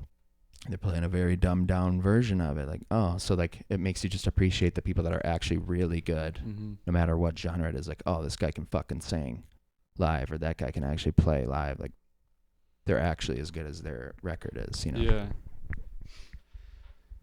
I've always thought that too. If you hear somebody, because I think a lot of people, like very famous people too, they do not sound the same in person. And it's kind of just seems like a thing, at least in our lifetimes, just like, okay, it's not exactly an expectation, but if you notice that and you see someone, it's just like, okay, yeah, that's another time that's happening. So when you do see somebody, it's like, fuck, they sound exactly like they do on the album or on the radio or on a streaming platform. Like, that's fucking impressive. It makes you like them more, and like, nothing's worse than loving an artist and then seeing them live and they're just trash, or they are playing with the song playing in the background and all they're doing is that's the one thing because I love rap music, but that is the one thing about some live rap performances. They just kind of phone it in. I want to see you do the thing, you know? I don't want you to be the hype man of your own concert. But then the ones that actually do like perform and actually do like kill it, you're like, oh, I have an even more deeper respect for you, because you can act. You're a real musician, you're a real performer, like you're actually performing. You're putting your money where your mouth is. You're not just talk, you know. What about the because live technology, I'm sure too, like for artists who use a lot of autotune, are they just having, I've always assumed this, but I don't know, are they just having their equipment set up to have that autotune on as they're live performing? So say like Travis Scott, who uses a lot of autotune. Sometimes like they'll have, some people use it live, or a lot of times they'll have the track, the instrumental track playing live, and then there'll be like the real vocal track also playing, but it'll be a lot quieter, or it'll be just the harmonies and just the background vocals, and they'll be singing along with that, or they'll just have the final real master track and they'll just be singing along with it too. So it's like, so you're hearing the actual, say, produced version and them live at the exact same time, so they probably just kind of get good at being quieter when it needs to be, and then voicing their vocals when it can be done. See, I don't think there's anything wrong with that, but it is kind of someone who appreciates bands, and like I said, I love live music. I definitely in my life don't think I've given myself enough experiences doing that, because even bands I have no fucking clue. Like if you just go somewhere to a bar and just go see a live show, and they're obviously playing hits of other popular bands, but if they're good, it's just so fun. It's just a different experience. There's something about a real drummer or a real guitar player, like right there, it's just like crushing it. Wow. But that's what I always loved, going to Warped Tour, but it's done now. But because permanently, they don't do it anymore. Last couple of years, I don't know, but it's poorly managed. I think the guy that like ran it retired or something, but really no one wanted to step up. But just going there and like, there's like 150 bands playing in one day. There's like 8 stages, and like you have your 10 to 12 bands that you really want to see, but then when they're not playing, there's all this other music here happening. You can walk by and find somebody brand new that you've never heard of. They're like, holy fuck, this is incredible. I've never heard of them or seen them, but now that I see them here playing on this little side stage over here, they're killing it. And then you find new music that way. I never am going there, but it always looks cool. I went to Soundset a couple times, and that was awesome. Almost died once, but not literally, but I did pass out. Little dehydration. I think I was dehydrated. Might have been smoking a little bit, but I got there. It was like, I think I was only 16 or 17 at the time. And super hot day, as Sounds It always is. Yeah. It was when I was at Canterbury. Okay. Because it's at the State Fair now, isn't it? I think so. Yeah, and I wasn't even Danny Brown was there. I wasn't even a fan of his until that day because I just didn't know who he was. Yeah. But we were right in front of the big fucking speaker. Super hot. I must have been dehydrated. I'd never passed out before. And then I just kind of had a headache. Like, I thought it was the speaker. Yeah. Because it was so loud. And Yeah. we were just standing there, and I just remember out of nowhere kind of just blacking out. Yeah. And I think right as I was like about to black out, my brother was right in front of me, and then he was right at the railing. I was right behind him. Yeah. And I don't know how he noticed me or when he noticed me, but yeah, he caught me and like shook me. I was like, oh fuck. Yeah. All right. And then luckily some lady was nice enough. She saw and gave me her water. But then I went, threw up a couple times, went to the medical tent. And you know what's funny? I guess fucking Eric Brayton was also in there. Oh really? Yeah. Wow. Shout out Eric Brayton. Haven't seen him in forever. Yeah. But we weren't there together. You're just like, And I just roll over and we're like What's involved up, in the man? medical tent. It's like, oh hey dude, you're here too? Small world. Yeah. That's But yeah, funny. no, I love seeing live music, Yeah. whether it's a band or even just an artist on their own. But if Yeah. they're They're genuine. yeah, and then if they're as good as what they sound, Yeah. not live, it's you definitely, at least in my mind, it like puts them up a level. Like, oh, they're actually fucking really good. Yeah. They're not just kind of good, but clearly doing a lot of technical shit with the computer. Like, Yeah. they're really a fucking good musician or artist. 100%. Yeah, and obviously we're only, what are you, 22? 22. Yep. Yeah, so we've only been alive that long, but rock used to be king. Yeah. And I think about it, like I said, because I don't really know a lot of, it seems like really popular bands coming up. So I've been in my head thinking, like, is it just going underground and then we'll kind of come back and survive again? But I don't know, because it seems like technology is sinking into it more and more, Yeah. where it might just, I think, be different forever. I don't know. Yeah, I think because there's so many different genres now and people can use technology as a tool, I think like there's just so many different types of rock and so many different influences of other styles of music that there's all these new little genres popping up and all these little underground scenes, and there's just so much more for people to listen to. And like,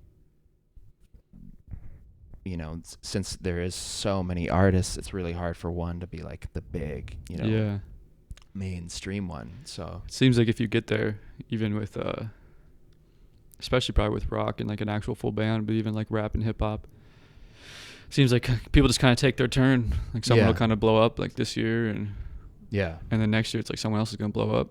You might not even have the whole year. You might have a couple months, and then someone else drops an album that blows up. And that is a good point. Where the amount of music that people have access to is probably the most it's ever been in history. Yeah, and a lot of bands that I've talked to that are like pretty legit and actually do that as their full-time job. They don't have the mindset of like, oh, we're trying to make it. We're trying to have that one song that takes us to radio. They're just trying to have a consistent career. Like, we don't give a fuck about playing in arenas. We just want to play sold out 2,000 people shows every night and have a longevity and have a long career, you know? That'd be awesome. And that, because the one person that has that one hit song, they could be done. One hit wonders. Yeah. And just short-lived, rise to the top, boom. And they don't get that. They don't really have the work that slowly, organically kind of grows them and grows a real fan base and real support underneath them. They just kind of have nothing, and then boom, now there's something. And then when their limelight kind of fades out, they have nothing to go back to. They don't really have a real fan base to go back to. They don't really have. Kind of just caught not exactly some luck, because they obviously made it, but also they didn't grow their own skills enough to match kind of their own hype. Yeah. After that, so nothing they make is quite as good, maybe. Yeah, and it's just really hard to maintain being the top forever, because it's the 1%, so it's almost impossible to do that. Did you learn about that growing an audience in school? Do they talk about that? Is that kind of the business side of how to evolve a fan base? Or not really? No, it's more like just the more like I learn about business and the more I learn from other bands that are actually doing it, you know, it's just about how much content you have, the quality of that content, and kind of how you release that and how you kind of market that and advertise that is kind of how you grow a fan base. And a lot of it is kind of luck and the right time and the right place. And if you're in a scene that's popping off, you know, or if you're playing music that was popular 10 years ago and isn't popular anymore, you know, you're never going to grow. So it's just kind of like finding your niche and finding your audience and figuring out what your audience is and how they act and what they like and what their other interests are, and finding that and then targeting strictly that and trying to just organically grow that, I think, is how you actually grow and actually make a fan base. So it can be very specific. It has to be. It has to be. Yeah. And do you think that's something technology has helped, made easier, probably? I think so, statistics yeah. of your listeners? Yeah, because now every streaming site you have has data of who's listening to you, where they are. Does it show you other things they listen to? Oh, yeah. Yeah. Yep. You know, anybody now can record a song, put it on the internet, have all the analytics of everything. They can basically be their own little record company now. Anybody can track all that stuff and kind of be their own business, their own machine. Do you guys have an agent? No. Do you feel like you don't even need one anymore? If you have someone and you guys have the energy and drive to push your own content? Yeah, I mean, like, I don't think we're at a point where we need an agent right now. I think it wouldn't be that smart to have one right now. I think once in the future, when it gets to be too much to manage. too much to book shows on our own, or too much to manage, then that's when it's time to then, all right, now we need somebody else to take on more tasks. But as long as we can keep doing it ourselves, it doesn't really make sense to pay somebody else to do it for us. Yeah, that makes sense. You just don't feel like you're quite at that tipping point. Yeah. Do you see bands make that mistake, or artists, of getting an agent too soon and fuck them up? 100%, yeah. It's just kind of like a lot of times, especially when you're just a really small, no-name band, like, people will approach you and like, we're going to get you a record deal, man. You're going to be the next big thing. Yeah. Pay me this X amount of dollars every month. Come on to my agency, and so it's up here front. we go. And it's just like, it's just people trying to make money, and they don't they don't genuinely care about you, or it's people that just have zero experience, have no idea what they're talking about, and I started my own label. You want to get signed to a record deal? And it's like, you're not a record label. You know, you're just some guy in your basement who has no idea what you're talking about. Yeah. You got to start somewhere, but maybe don't be the first one. Yeah. Maybe that's the advice. So it's just like, don't be the first artist. Unless if you're really killing it on your own and you really have the streams and you really have a real fan base, and you have so much going on where it's like, okay, we just can't do it on our own. That's when people will actually approach you, and they actually know what they're talking about, and they actually know your music, and they actually want to help you in some way, shape, or form. You know, that's when it's like the right time, I think, to do that stuff. And is there like a industry standard, say, number of streams you have to, that's like kind of just known, like, okay, if you're getting like 100,000 streams per song or per album, you guys should probably find an agent? Or is it kind of, again, case by case? Kind of case by case. And like, you know, nowadays, because there is so much technology and it's so easy to do it all on your own, like, you don't really need it even at the 200,000 level, you know, like. Where would you think it is? I mean, and it depends on how much touring that band is doing and how much, like, kind of where they're at. But a lot of people don't want to give away a percentage of their money. You know, if they got a formula and a little method that is working and they're growing, there's really no need. But, you know, and a lot of times people won't even approach you unless if you have millions of streams and great numbers and a ton of views, and like you're selling out hometown shows and you're touring consistently. They won't even approach you because, you know, anybody can do that now today, you know. So it's like no record company's going out looking for a band with 30 monthly listeners, like, you guys got it, we're gonna take you there. It's like they're looking for people that have already built up a thing and built up this thing, and then they're like, okay, we've seen that you actually can do this on your own. Now we want to help you, because otherwise there's just really no need for a label or an agent or whatever, because you can kind of do it on your own now. Do you think the industry suffers from not getting as much diversity as it used to or could have because of that? Because labels are kind of making their judgment based off of just bottom lines and profits, so they're not going out to find these guys or bands who, or artists in general, who are really good, but it's not, you know what you're saying? Like in the past, say, like, did you ever watch Walk the Line? Yeah, great movie. Like Johnny Cash just walks in, performs at that moment. He doesn't have an audience. He doesn't have a following, and they sign him, and I mean, that kind of blows up. Yeah, that kind of stuff doesn't, I mean, it but still probably happens, but it's not as like prevalent, I guess. It's more of like, because anybody can be in a band, anybody can make a song and put it on YouTube, like, they don't really want to waste their time trying to build somebody from scratch. Yeah. Build somebody from nothing.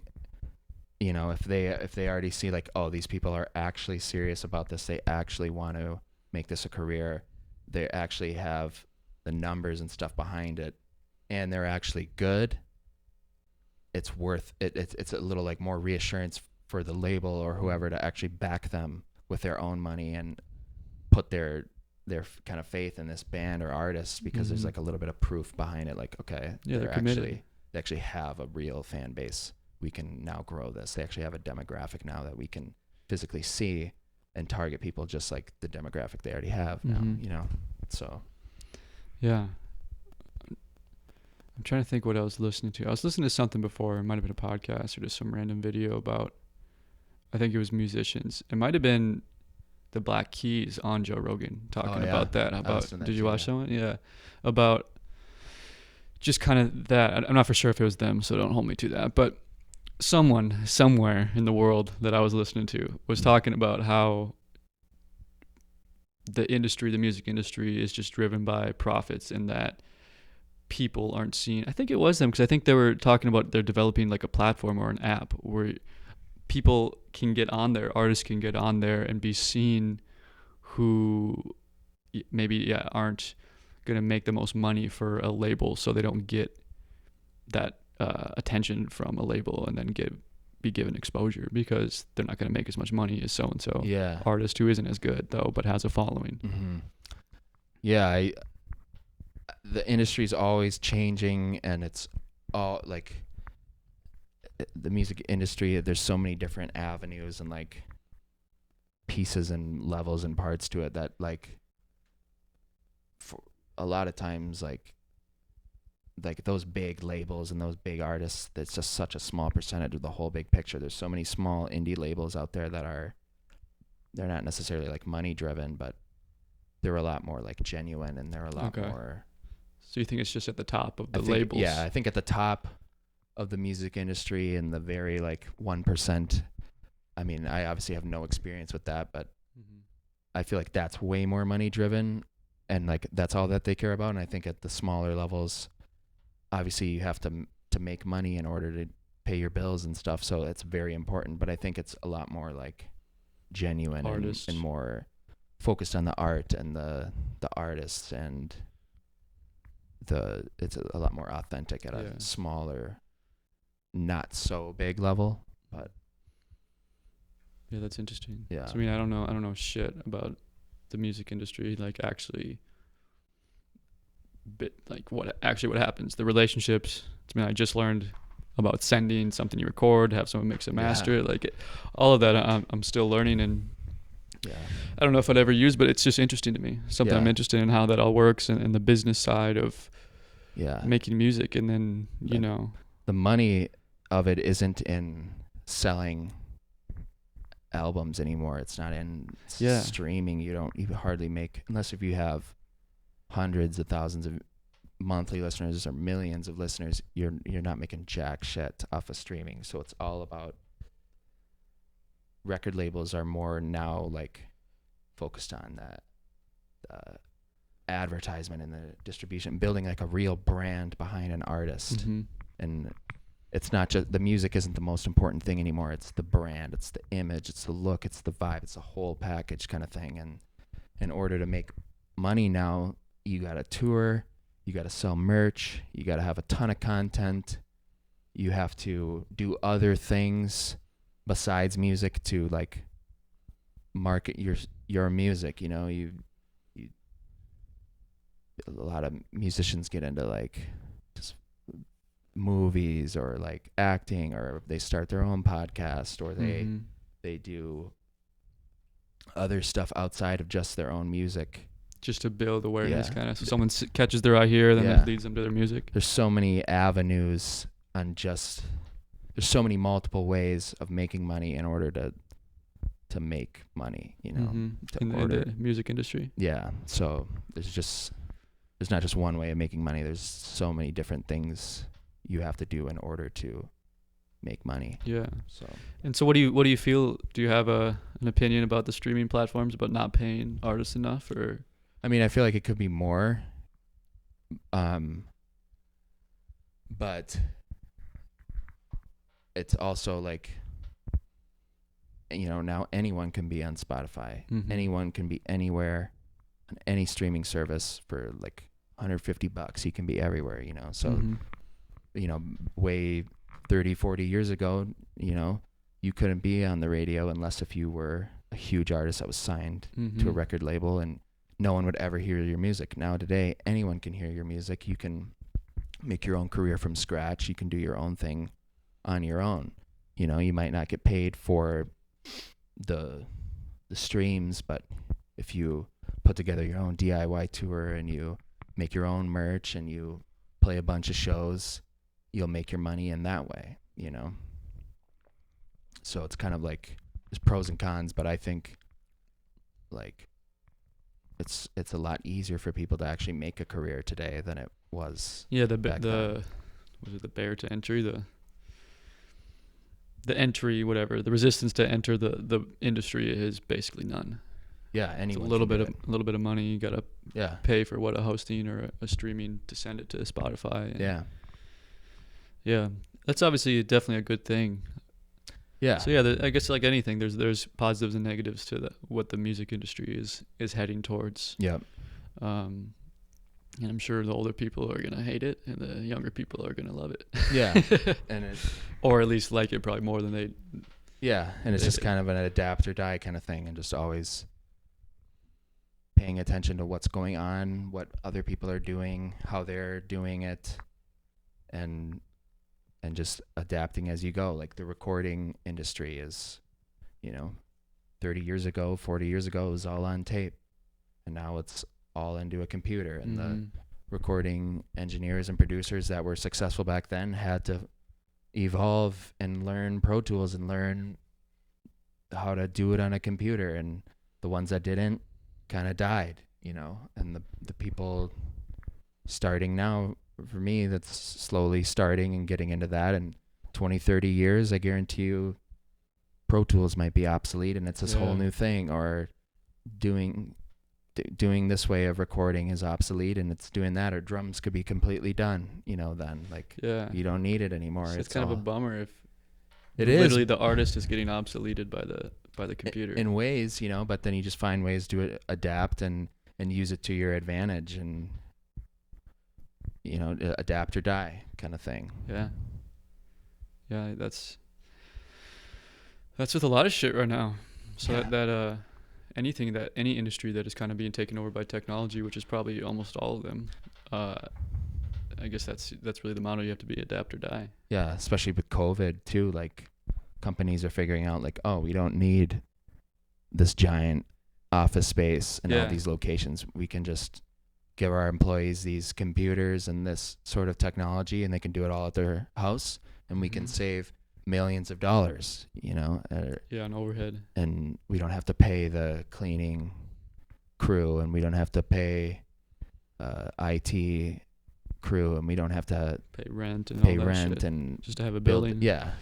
So people are, or like the live music industry is thrown into a fucking tailspin right now. They're all people that tour around with artists and provide the sound and the sound guys and the staging and the lighting. They're like, fuck, what do we do now? You know, so live streaming concerts are becoming a thing, and they're finding ways to live adapt. Streaming, like fucking Zoom concerts.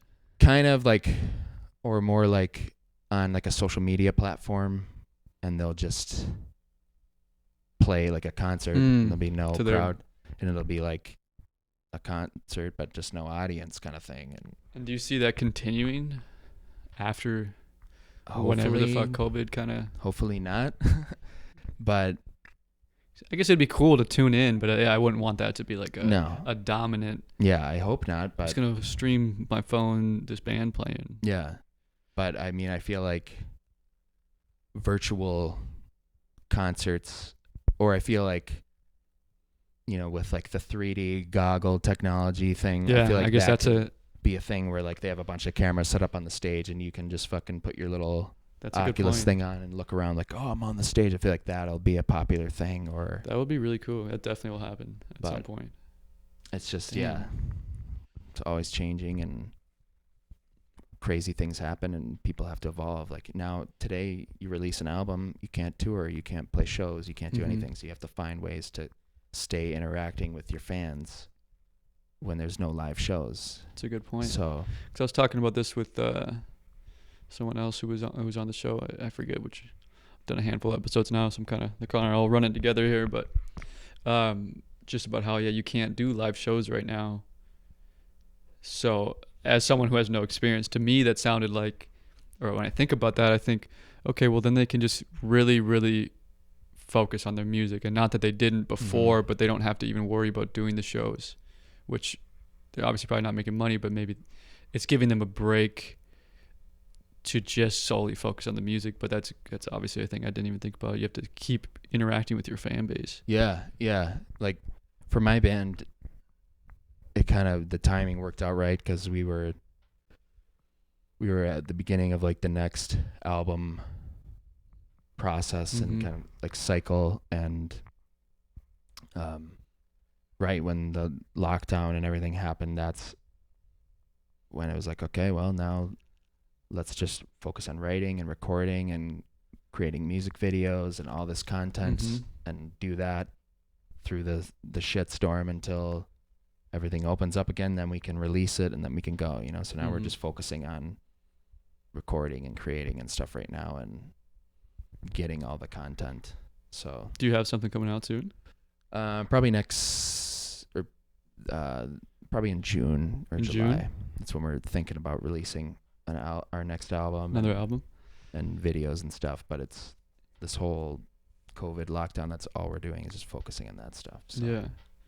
It's kind of, again, a blessing and a curse. Yeah, because you can really focus on it. You don't have to worry about gigs and practicing and playing. You can just focus on recording and just being in that mindset. So yeah, it's very interesting to hear. And I don't know if you guys heard that throat noise.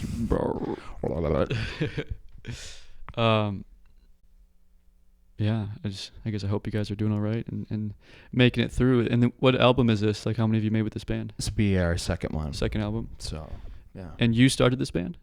Me and the singer / bass player started it like 4 years ago. 4 years ago? And this isn't the one that no, I saw live? No. St. Francis High School? No, that was my first band, and after high school, that's when we ended. And then I was like, fuck. Everyone kind of went their own way. Yeah, Yeah. better find a new project. And Yeah. that's just kind of how it goes. Like, it just kind of depends on the people and everybody's goals and mindsets. And When you were growing up or when you were in high school, did you have, again, because St. Francis doesn't have there's just not a lot of people doing that and actually want to, it seems, commit their life to going after something like that. Did you, obviously you're a pretty outgoing dude and easy to get along with, but try to be.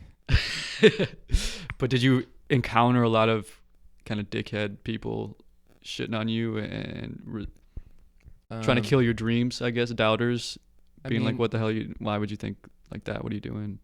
Or kind of like, I mean, with anybody that wants to do like a creative thing as their job, like whether it's acting or whatever, you know, you probably experience like, oh, I'm gonna move to California and pursue my dreams, and you know, I bet you there's a ton of people, good luck with that, man. Oh, yeah. You know, or like, I want to play drums for a living. I want to be in a band. I want to be a audio engineer. Like, that's a job. Like, people don't necessarily understand, like, the entertainment industry is fucking huge. Like, everybody has Netflix or everybody has Spotify or whatever. It's like, there's so many fucking jobs in the entertainment industry, you know, you just don't necessarily know about them. So there's so many avenues, and it's just hard for people to understand. But I think once you just kind of like show people like, oh, I'm actually kind of doing this. Yeah, I'm surviving. I'm living. Yeah. I'm just fine. In whatever way that means, you know, like then they actually say like, oh, there actually is a job in that. Yeah. You actually can make money. Oh yeah. Doing that. That's definitely a thing I've learned with acting is there's so many things produced and made that you will never ever hear about. Yeah. You'll never even know about. You won't know it existed, but people are doing it and getting paid to do it, and that's fucking awesome. Yeah. But people here just don't have any exposure to that. I mean, I know there's some movies that get made here every once in a while, but yeah, it's obviously not a core part of the economy here or just life here. So yeah, I don't know. I remember when I was moving, I would get a lot of people, not even acting wise, but they would just tell me their dislikes about LA. Like that's gonna, like, okay, that's cool. You don't like that. Yeah. I'm gonna go there and figure it out for myself. Yeah, they try to. It's okay because they they try to shit on you for what they are afraid of or what they didn't like about their visit there for a few days or whatever. And most people have goals and dreams and aspirations when they're little kids, but then they just get force-fed the information like, no, you have to go to college, you have to get a real job, you have to follow this path, and you have to make money, otherwise you're a loser and you're gonna die. And it's like, no, you can do whatever the fuck you want whenever you want, as long as you're passionate about it and you never fucking quit and you always just find a way to somehow do something in the thing that you want to do. You'll somehow make some sort of money doing it, you know. You just have to be so persistent and just always do it and make a lot of sacrifices, but somehow, some way, something pays off or some opportunity happens in whatever way, shape, or form. But it's just like, or they just like, because they weren't risky enough or like didn't have enough courage to actually go and pursue the thing that they wanted to do, they just like shit on your goals and your aspirations because it's like, well, it didn't work out for me, so it can't work out for you. Oh yeah. It's like, no, go fuck yourself. Just, I'm gonna do my thing, you do your thing, and I'll figure it out for myself. Yeah. That's how I am with at least a lot of things, which sometimes can backfire me if someone gave me some advice or whatever that ended up being true, but I want to figure it out for myself. That's how I learned, like I was saying, doing, failing, trying to do better, or adjusting how I think about it. You know what? Yeah, maybe I'll figure out a different way that you didn't figure out, or the time is literally different. Because for me, it seemed like it was older people, like not super old, but older than me, who would just tell me it's crowded there, all the traffic. Yeah, okay, I went there. I expected there to be worse traffic, and there is, but okay, I expected that. It's not a huge deal. Just get used to it. Yeah. Leave 10 minutes earlier. Yeah. That's going to keep me from not moving somewhere I want to move. Yeah. No. Fuck no. And it's just like, the fact that you actually were like, I'm serious about doing this. I'm going to do it. If I fail, I fail. Who cares? At least I fucking tried. Mm-hmm. And I did that for myself. And then the fact that you actually move out there and do that is just, that's all you have to do. You just have to find it and then do it. And whatever happens, happens. Like, I think people just, with entertainment, they just feel like that, oh, you want to be a rock star? That's what you're going for? You're going to be a rock star? No, I just want to survive, make money, and make music in whatever way that I can. And that's what being a working musician and working audio engineer is in today's day and age, is just finding some way in any genre, avenue, style, application, and just doing it. And that's, to me, that's what being successful is today. And it's exciting. Yeah. I find that already, like, yeah, you got to make sacrifices. I was before COVID and probably will still have to in the future. Work other jobs that are not my career choice at the moment, just to get 100%. By until I can support myself off of that. But it feels good, and I get excited, and I'm just happy pursuing something that I wanted to do. It's not super conventional. I'm kind of figuring it out on my own as I go, and I know whatever cliche, but making my own path to figure out how to make this shit work. Yeah. And just know, like, I never thought I was going to fucking do what I'm doing when I was a kid. I would have thoughts about it, but it just wasn't, I don't know. I never saw that for myself. So I'm doing it. I'm alive. Like you're saying, I'm surviving. I'm just fine. Yeah. That's fun and that's exciting. Yeah. And so, I mean, I had in school and just some internships, and I'm sure there's jobs out there I would not mind doing that are more conventional 9-to-5 jobs, but I just could already feel that would have been soul sucking for me. 100%. And like, oh my God, every day I'm going to have to, I would have to kill a part of what I wanted. Yeah. To do that, knowing I didn't want that as much. Mm-hmm. And I don't know, I didn't want to do that. Yeah. So same for me. Like I just hate, I've worked other jobs and I just hate doing something that doesn't actually matter or actually benefit other people, or that isn't creative. It doesn't make you feel good either. Yeah, I hate just punching in and punching out and fucking working for a lawn care company and weed whipping. It's like, who gives a fuck whether I fan out under this tree 3 feet? Like, who fucking cares? It doesn't benefit anyone.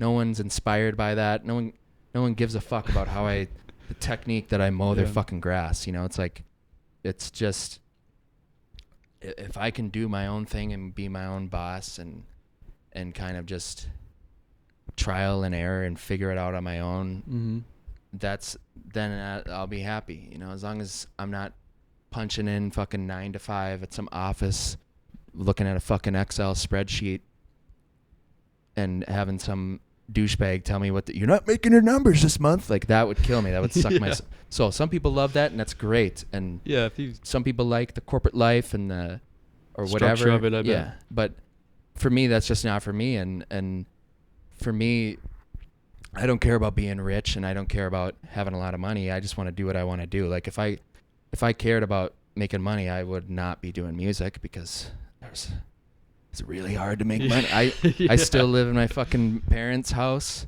I still, a lot of people my age graduate college, and they're like, yeah, dude, I bought this new car, brand new off the lot. It's like, nice, man. Yeah. I got my car off of Craigslist. I live at my mom's house. And I'm broke as fuck. Yeah, but I get to play drums and make music, and that's to me is worth more. And the thing is, you're willing to sacrifice doing that for maybe a little longer than other people. Oh yeah. To eventually support yourself and also be doing that. Yeah. Like you don't need to fucking have a brand new car. You don't need to buy a brand new car. You shouldn't fucking anyways, unless you have plethora of money, because it's a dumb investment. Buy a used one, just a couple thousand miles on it. But whatever, you're willing to sacrifice those societal norms. And I should say that too, because maybe anyone who's listening who is in a corporate job, I'm not shitting on you if that's what you like. If that's what you like and that's what you want to do. That's a great way to go, and it's a great way to live, and it can be very rewarding. And society is pretty structured to reward that. Yeah. So fucking do you, if that's what you love and that's what you like and you're happy with that. 100%. Not at all saying anything against that. Yeah. But I just didn't think that's what I wanted, and obviously you're kind of saying the same thing. Yeah, like when I was getting to be like 10th, 11th grade, you know, people are asking like, "What are you gonna do after high school? What are you gonna do?" I was like, and in my mind, is like, I'm either gonna go be a firefighter or do music. And I was just like, what am I gonna actually enjoy and be passionate about all the time? It's gonna be music. Like, I have to do it all the time, and I have to be creating something, I have to be playing, I have to be doing something. Otherwise, I just feel like I'm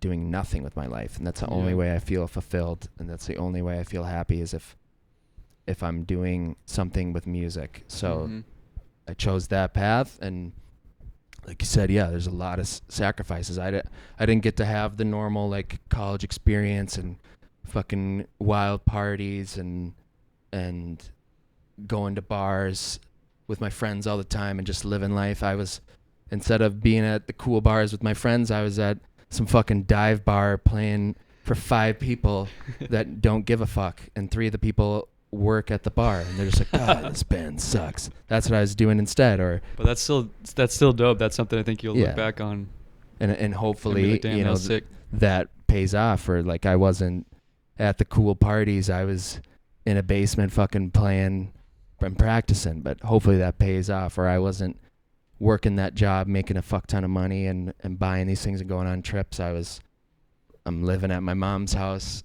making enough money to get by in hopes that it eventually pays off, you know. But it's all pros and cons, and it's all just kind of, for me at least, it's all about just doing what I want to do, and that's what makes me happy. And you have belief you can do it.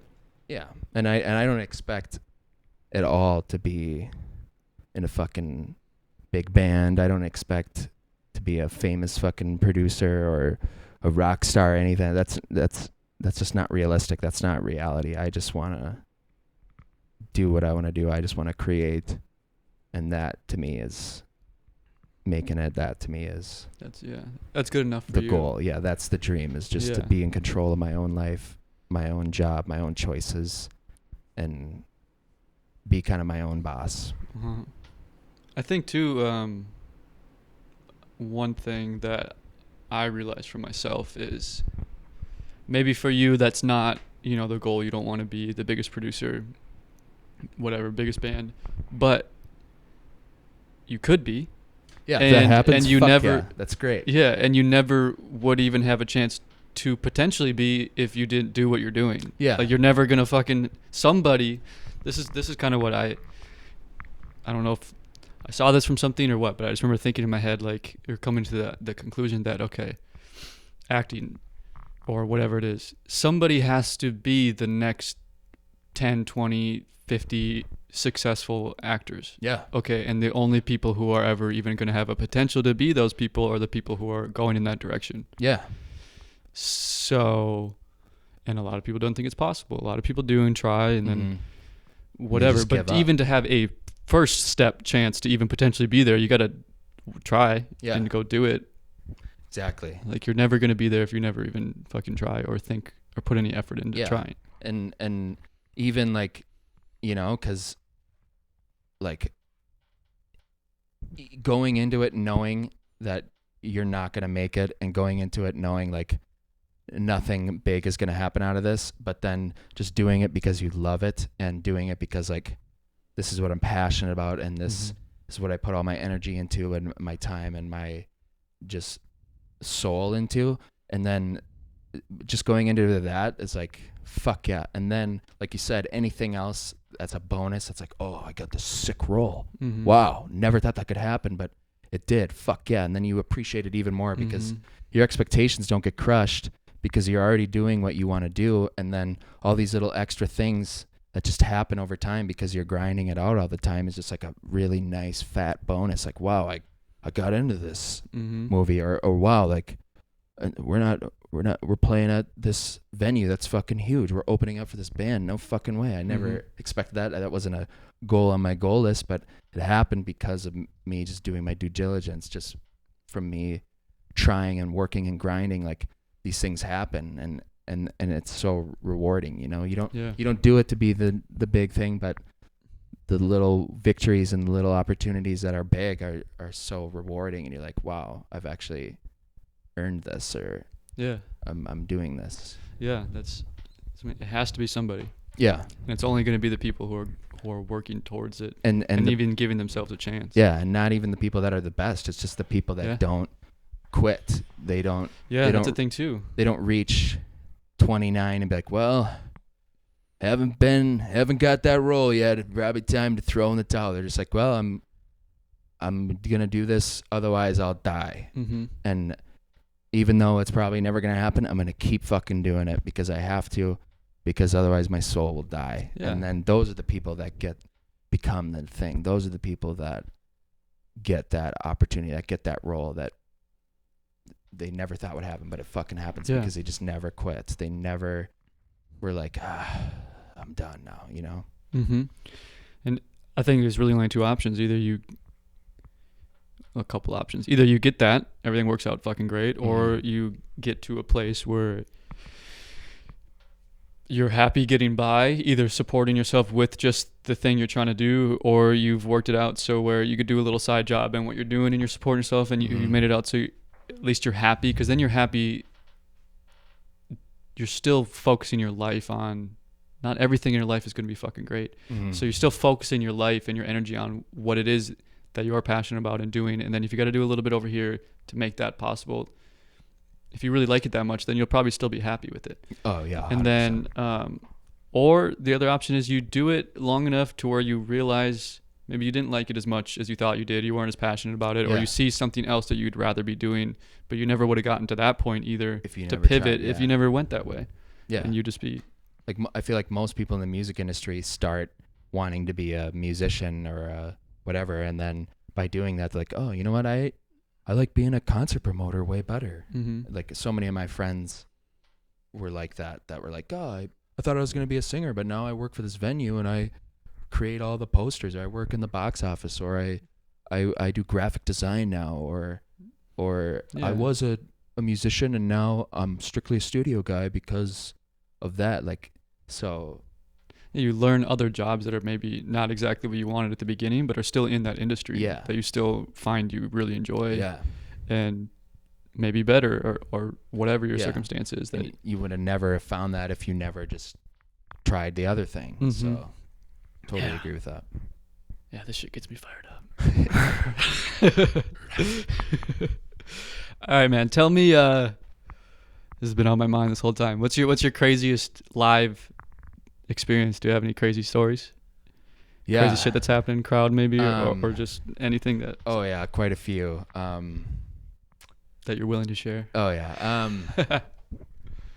Let's see. One time at band camp. One time this was like 2 summers ago, we got this cool like festival gig, and it was like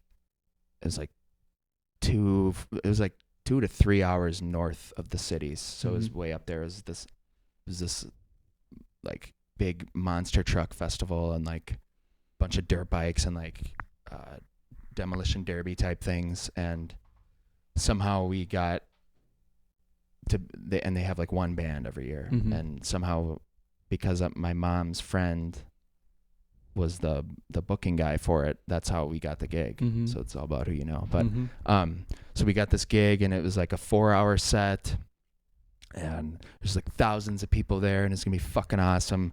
And we're like, yeah, dude, Mudfest, let's go. And we drove all the way up there, and on the way there, our guitar player's car completely fucking like blew up, and so somebody else had to pick him up on the highway. His car was totaled, done for. And then as I was getting that phone call, I was like, fuck, are you kidding? Are you gonna be able to make it to the gig, dude? Like, yeah, I'll be there. Ricky picked me up. He's like, all right. And then as I was hanging up the phone, all of a sudden I get a flat tire. I was like, fuck. I get a flat tire, change the tire, whatever. We end up getting there. We show up to the festival. The stage is huge. There's a ton of people there. There's monster trucks going. It's like, this is going to be sick. We get up there. We start setting up. We're like, where's the sound guy? There's no speakers here. Where's the sound guy? We get all set up. We're ready to go. People are starting to walk over. Like, oh, there's going to be a band. Sweet. And it gets time, like 7 o'clock. Like, oh, well, we can't play right now because we don't have a fucking PA system. The sound guy's not here. People are like, "What? Play a song!" We can't. They're screaming at you guys. Yes, and like everybody there was just tanked, just hammered, and play a song, man. Come on, like we can't. We don't have fucking speakers, and we get the booking agent be like, "Dude, where's the sound guy?" It's like, "Well, you tell me." It's like, "No, it's your fucking job to do this. We've been emailing for months about this." And the sound guy's there. He's like, no, I never agreed to do sound for this band. We never agreed on it. And so people that were there to see us just fucking walk away, go over. They have this foam party on the other side of this cornfield. All these people start going over to this foam party. By the time we get the PA and everything set up, nobody's fucking there. They're all over at this foam party like, great. 4-hour gig, let's go. So we got hammered. There was maybe like 30, 40 people there that were just chilling, and we just got hammered. I've never been that drunk playing in my life. And we were like, all right, we're going to play this song. And we just start shredding, making shit up on the spot. Our guitar player got really drunk, took off running, ran into a fence. Like in the middle of performing? No, this is towards the end. We're like, oh, we're fucking done. I did a drum solo for like 5 minutes. There's like 40 people like, play that song again. He's like, all right, we will. And it's just a complete shit show. And we're like, oh, we got paid. And so there's that. There's been other times where you just have like hecklers in the audience who are just like, hey, suck. And this one guy, suck my cock. Suck my cock. The whole show. Is an hour show. Trying to be an asshole. Yeah, and I don't get those fucking people. We got to headline, and he was a roommate of our lead singer, so we knew the guy. He was just hammered, and the whole show, every 10 seconds, suck my cock. So he's just trying to fuck with you guys the whole time. I'm like, dude, go fuck yourself. Stop screaming, suck my cock. We're trying to fucking play, or just crazy shit like that, or. Like, yeah, just weird stuff like that. Or our singer almost got in a fight with a promoter. Really? Because he was like, you guys sound like blah, blah, blah. And he was like, well, what do you mean by that? And then I... Like a put down, or like was he comparing you to another band? Yeah, I don't know. It was weird. Like they were talking and it was getting a little uncomfortable, and I was like, all right, I'm going to go tear down. And then I come back and they're just fucking screaming at each other and like, fuck you, man. It's like, and they almost got in a fucking fist fight. And it's like, what happened? I was gone for 15 minutes. What's going on? And just weird stuff like that. But it's always fun. And there's always stuff that's unexpected that you just never expect. But keeps it fun. Yeah, it keeps it fun. Keeps it always on your toes. So. Do you love that shit, or is that? Oh yeah, it's awesome. You gotta love that. And just the strange venues like that aren't real venues. Like played at an airport at the place where people get their bags, and they're just like, there's a baggage claim. Yeah, there's a band here, and the everything's like the like whatever kind of floors they have, and the walls, and it's super like echoey, and the sound is just horrible, and it's like so loud, and be like, why the fuck's there a band here trying to get my fucking bags? Like, why? Nobody's so it was just in the middle of the day. Yeah, in the middle of the day, we're just playing. Why did they want you guys? I don't know. And it's like, yeah, dude, you're playing at MSP. Cool, that'll be sweet. They got a stage and stuff there. Yeah, dude. We show up. There's no stage. We're playing on the ground next to the fucking place where people get their bags. So they probably think you guys just showed up and on your own were like, let's just play at baggage claim. Like, why is there a band here? Like nobody enjoyed it. Did you try to play louder then? Just to feel like, all right, fuck it. That's going to suck. We're just going to do. And those kind of gigs, then you're just like, well, nobody enjoys this at all. Let's not worry about the set or anything. Let's just fucking jam. Let's just play whatever we want to play. Or like drive into North Dakota Like, we're playing out of state, man. Let's go. And you show up and there's nobody there. It's a Sunday night in North Dakota. Nobody's there. Great. We drove 4 hours, spent more in gas, and we're going to get fucking paid for this. Let's go. Shit like that. Oh, does that happen a lot? In the beginning it did, but now we're way more strategic with the gigs that we play.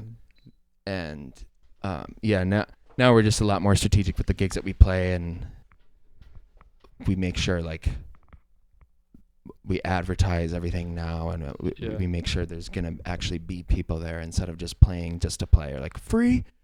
There's a great exposure. Like the amount of times like, yeah, we can't pay it, but you're gonna get some great exposure. Like we don't do those gigs anymore, and we don't. So it's like that's an industry lie. Yeah, it's like always get paid no matter what, even if it's $50. At least you're getting something out of it, or do it. Don't do it just to do it. Make sure there's like a reason why you're doing it, or make sure it makes sense financially and is actually going to benefit you, you know? So, yeah. But yeah, I'm looking forward to playing live again when shit opens up. Yeah, I've only been doing like mega church gigs and just session stuff right now. Feed the live desire. But yeah. Well, fuck, man. I think we've been doing this for a while, so hell yeah. Thanks for having me again. Yeah, thank you so much for doing this. 100%. I loved this conversation, and yeah, I had a great time hearing about you, bro, and hearing about that music industry and just what you're going through, and I mean, I'm learning. I'm learning from you, and just that's cool to me. Yeah, and in reality, like, I know nothing about what I'm talking about, and I'm always just kind of learning day by day and learning from people that actually do know what they're talking about. Yeah. And so it's just, that's all you can do. Yeah, it's always keep learning. Going and keep learning, and then eventually I think you figure something out. You'll figure it out. You'll find it clicks, or what else you got to do instead of, or for sure. Yeah. Yeah. But shit. All right, man. Hell yeah. Good luck to you and your band, and you as well. Fucking kill it, bro. You as well. Thank you. All right. That's it. Bye-bye. Check the mic and make sure it sound right, boys.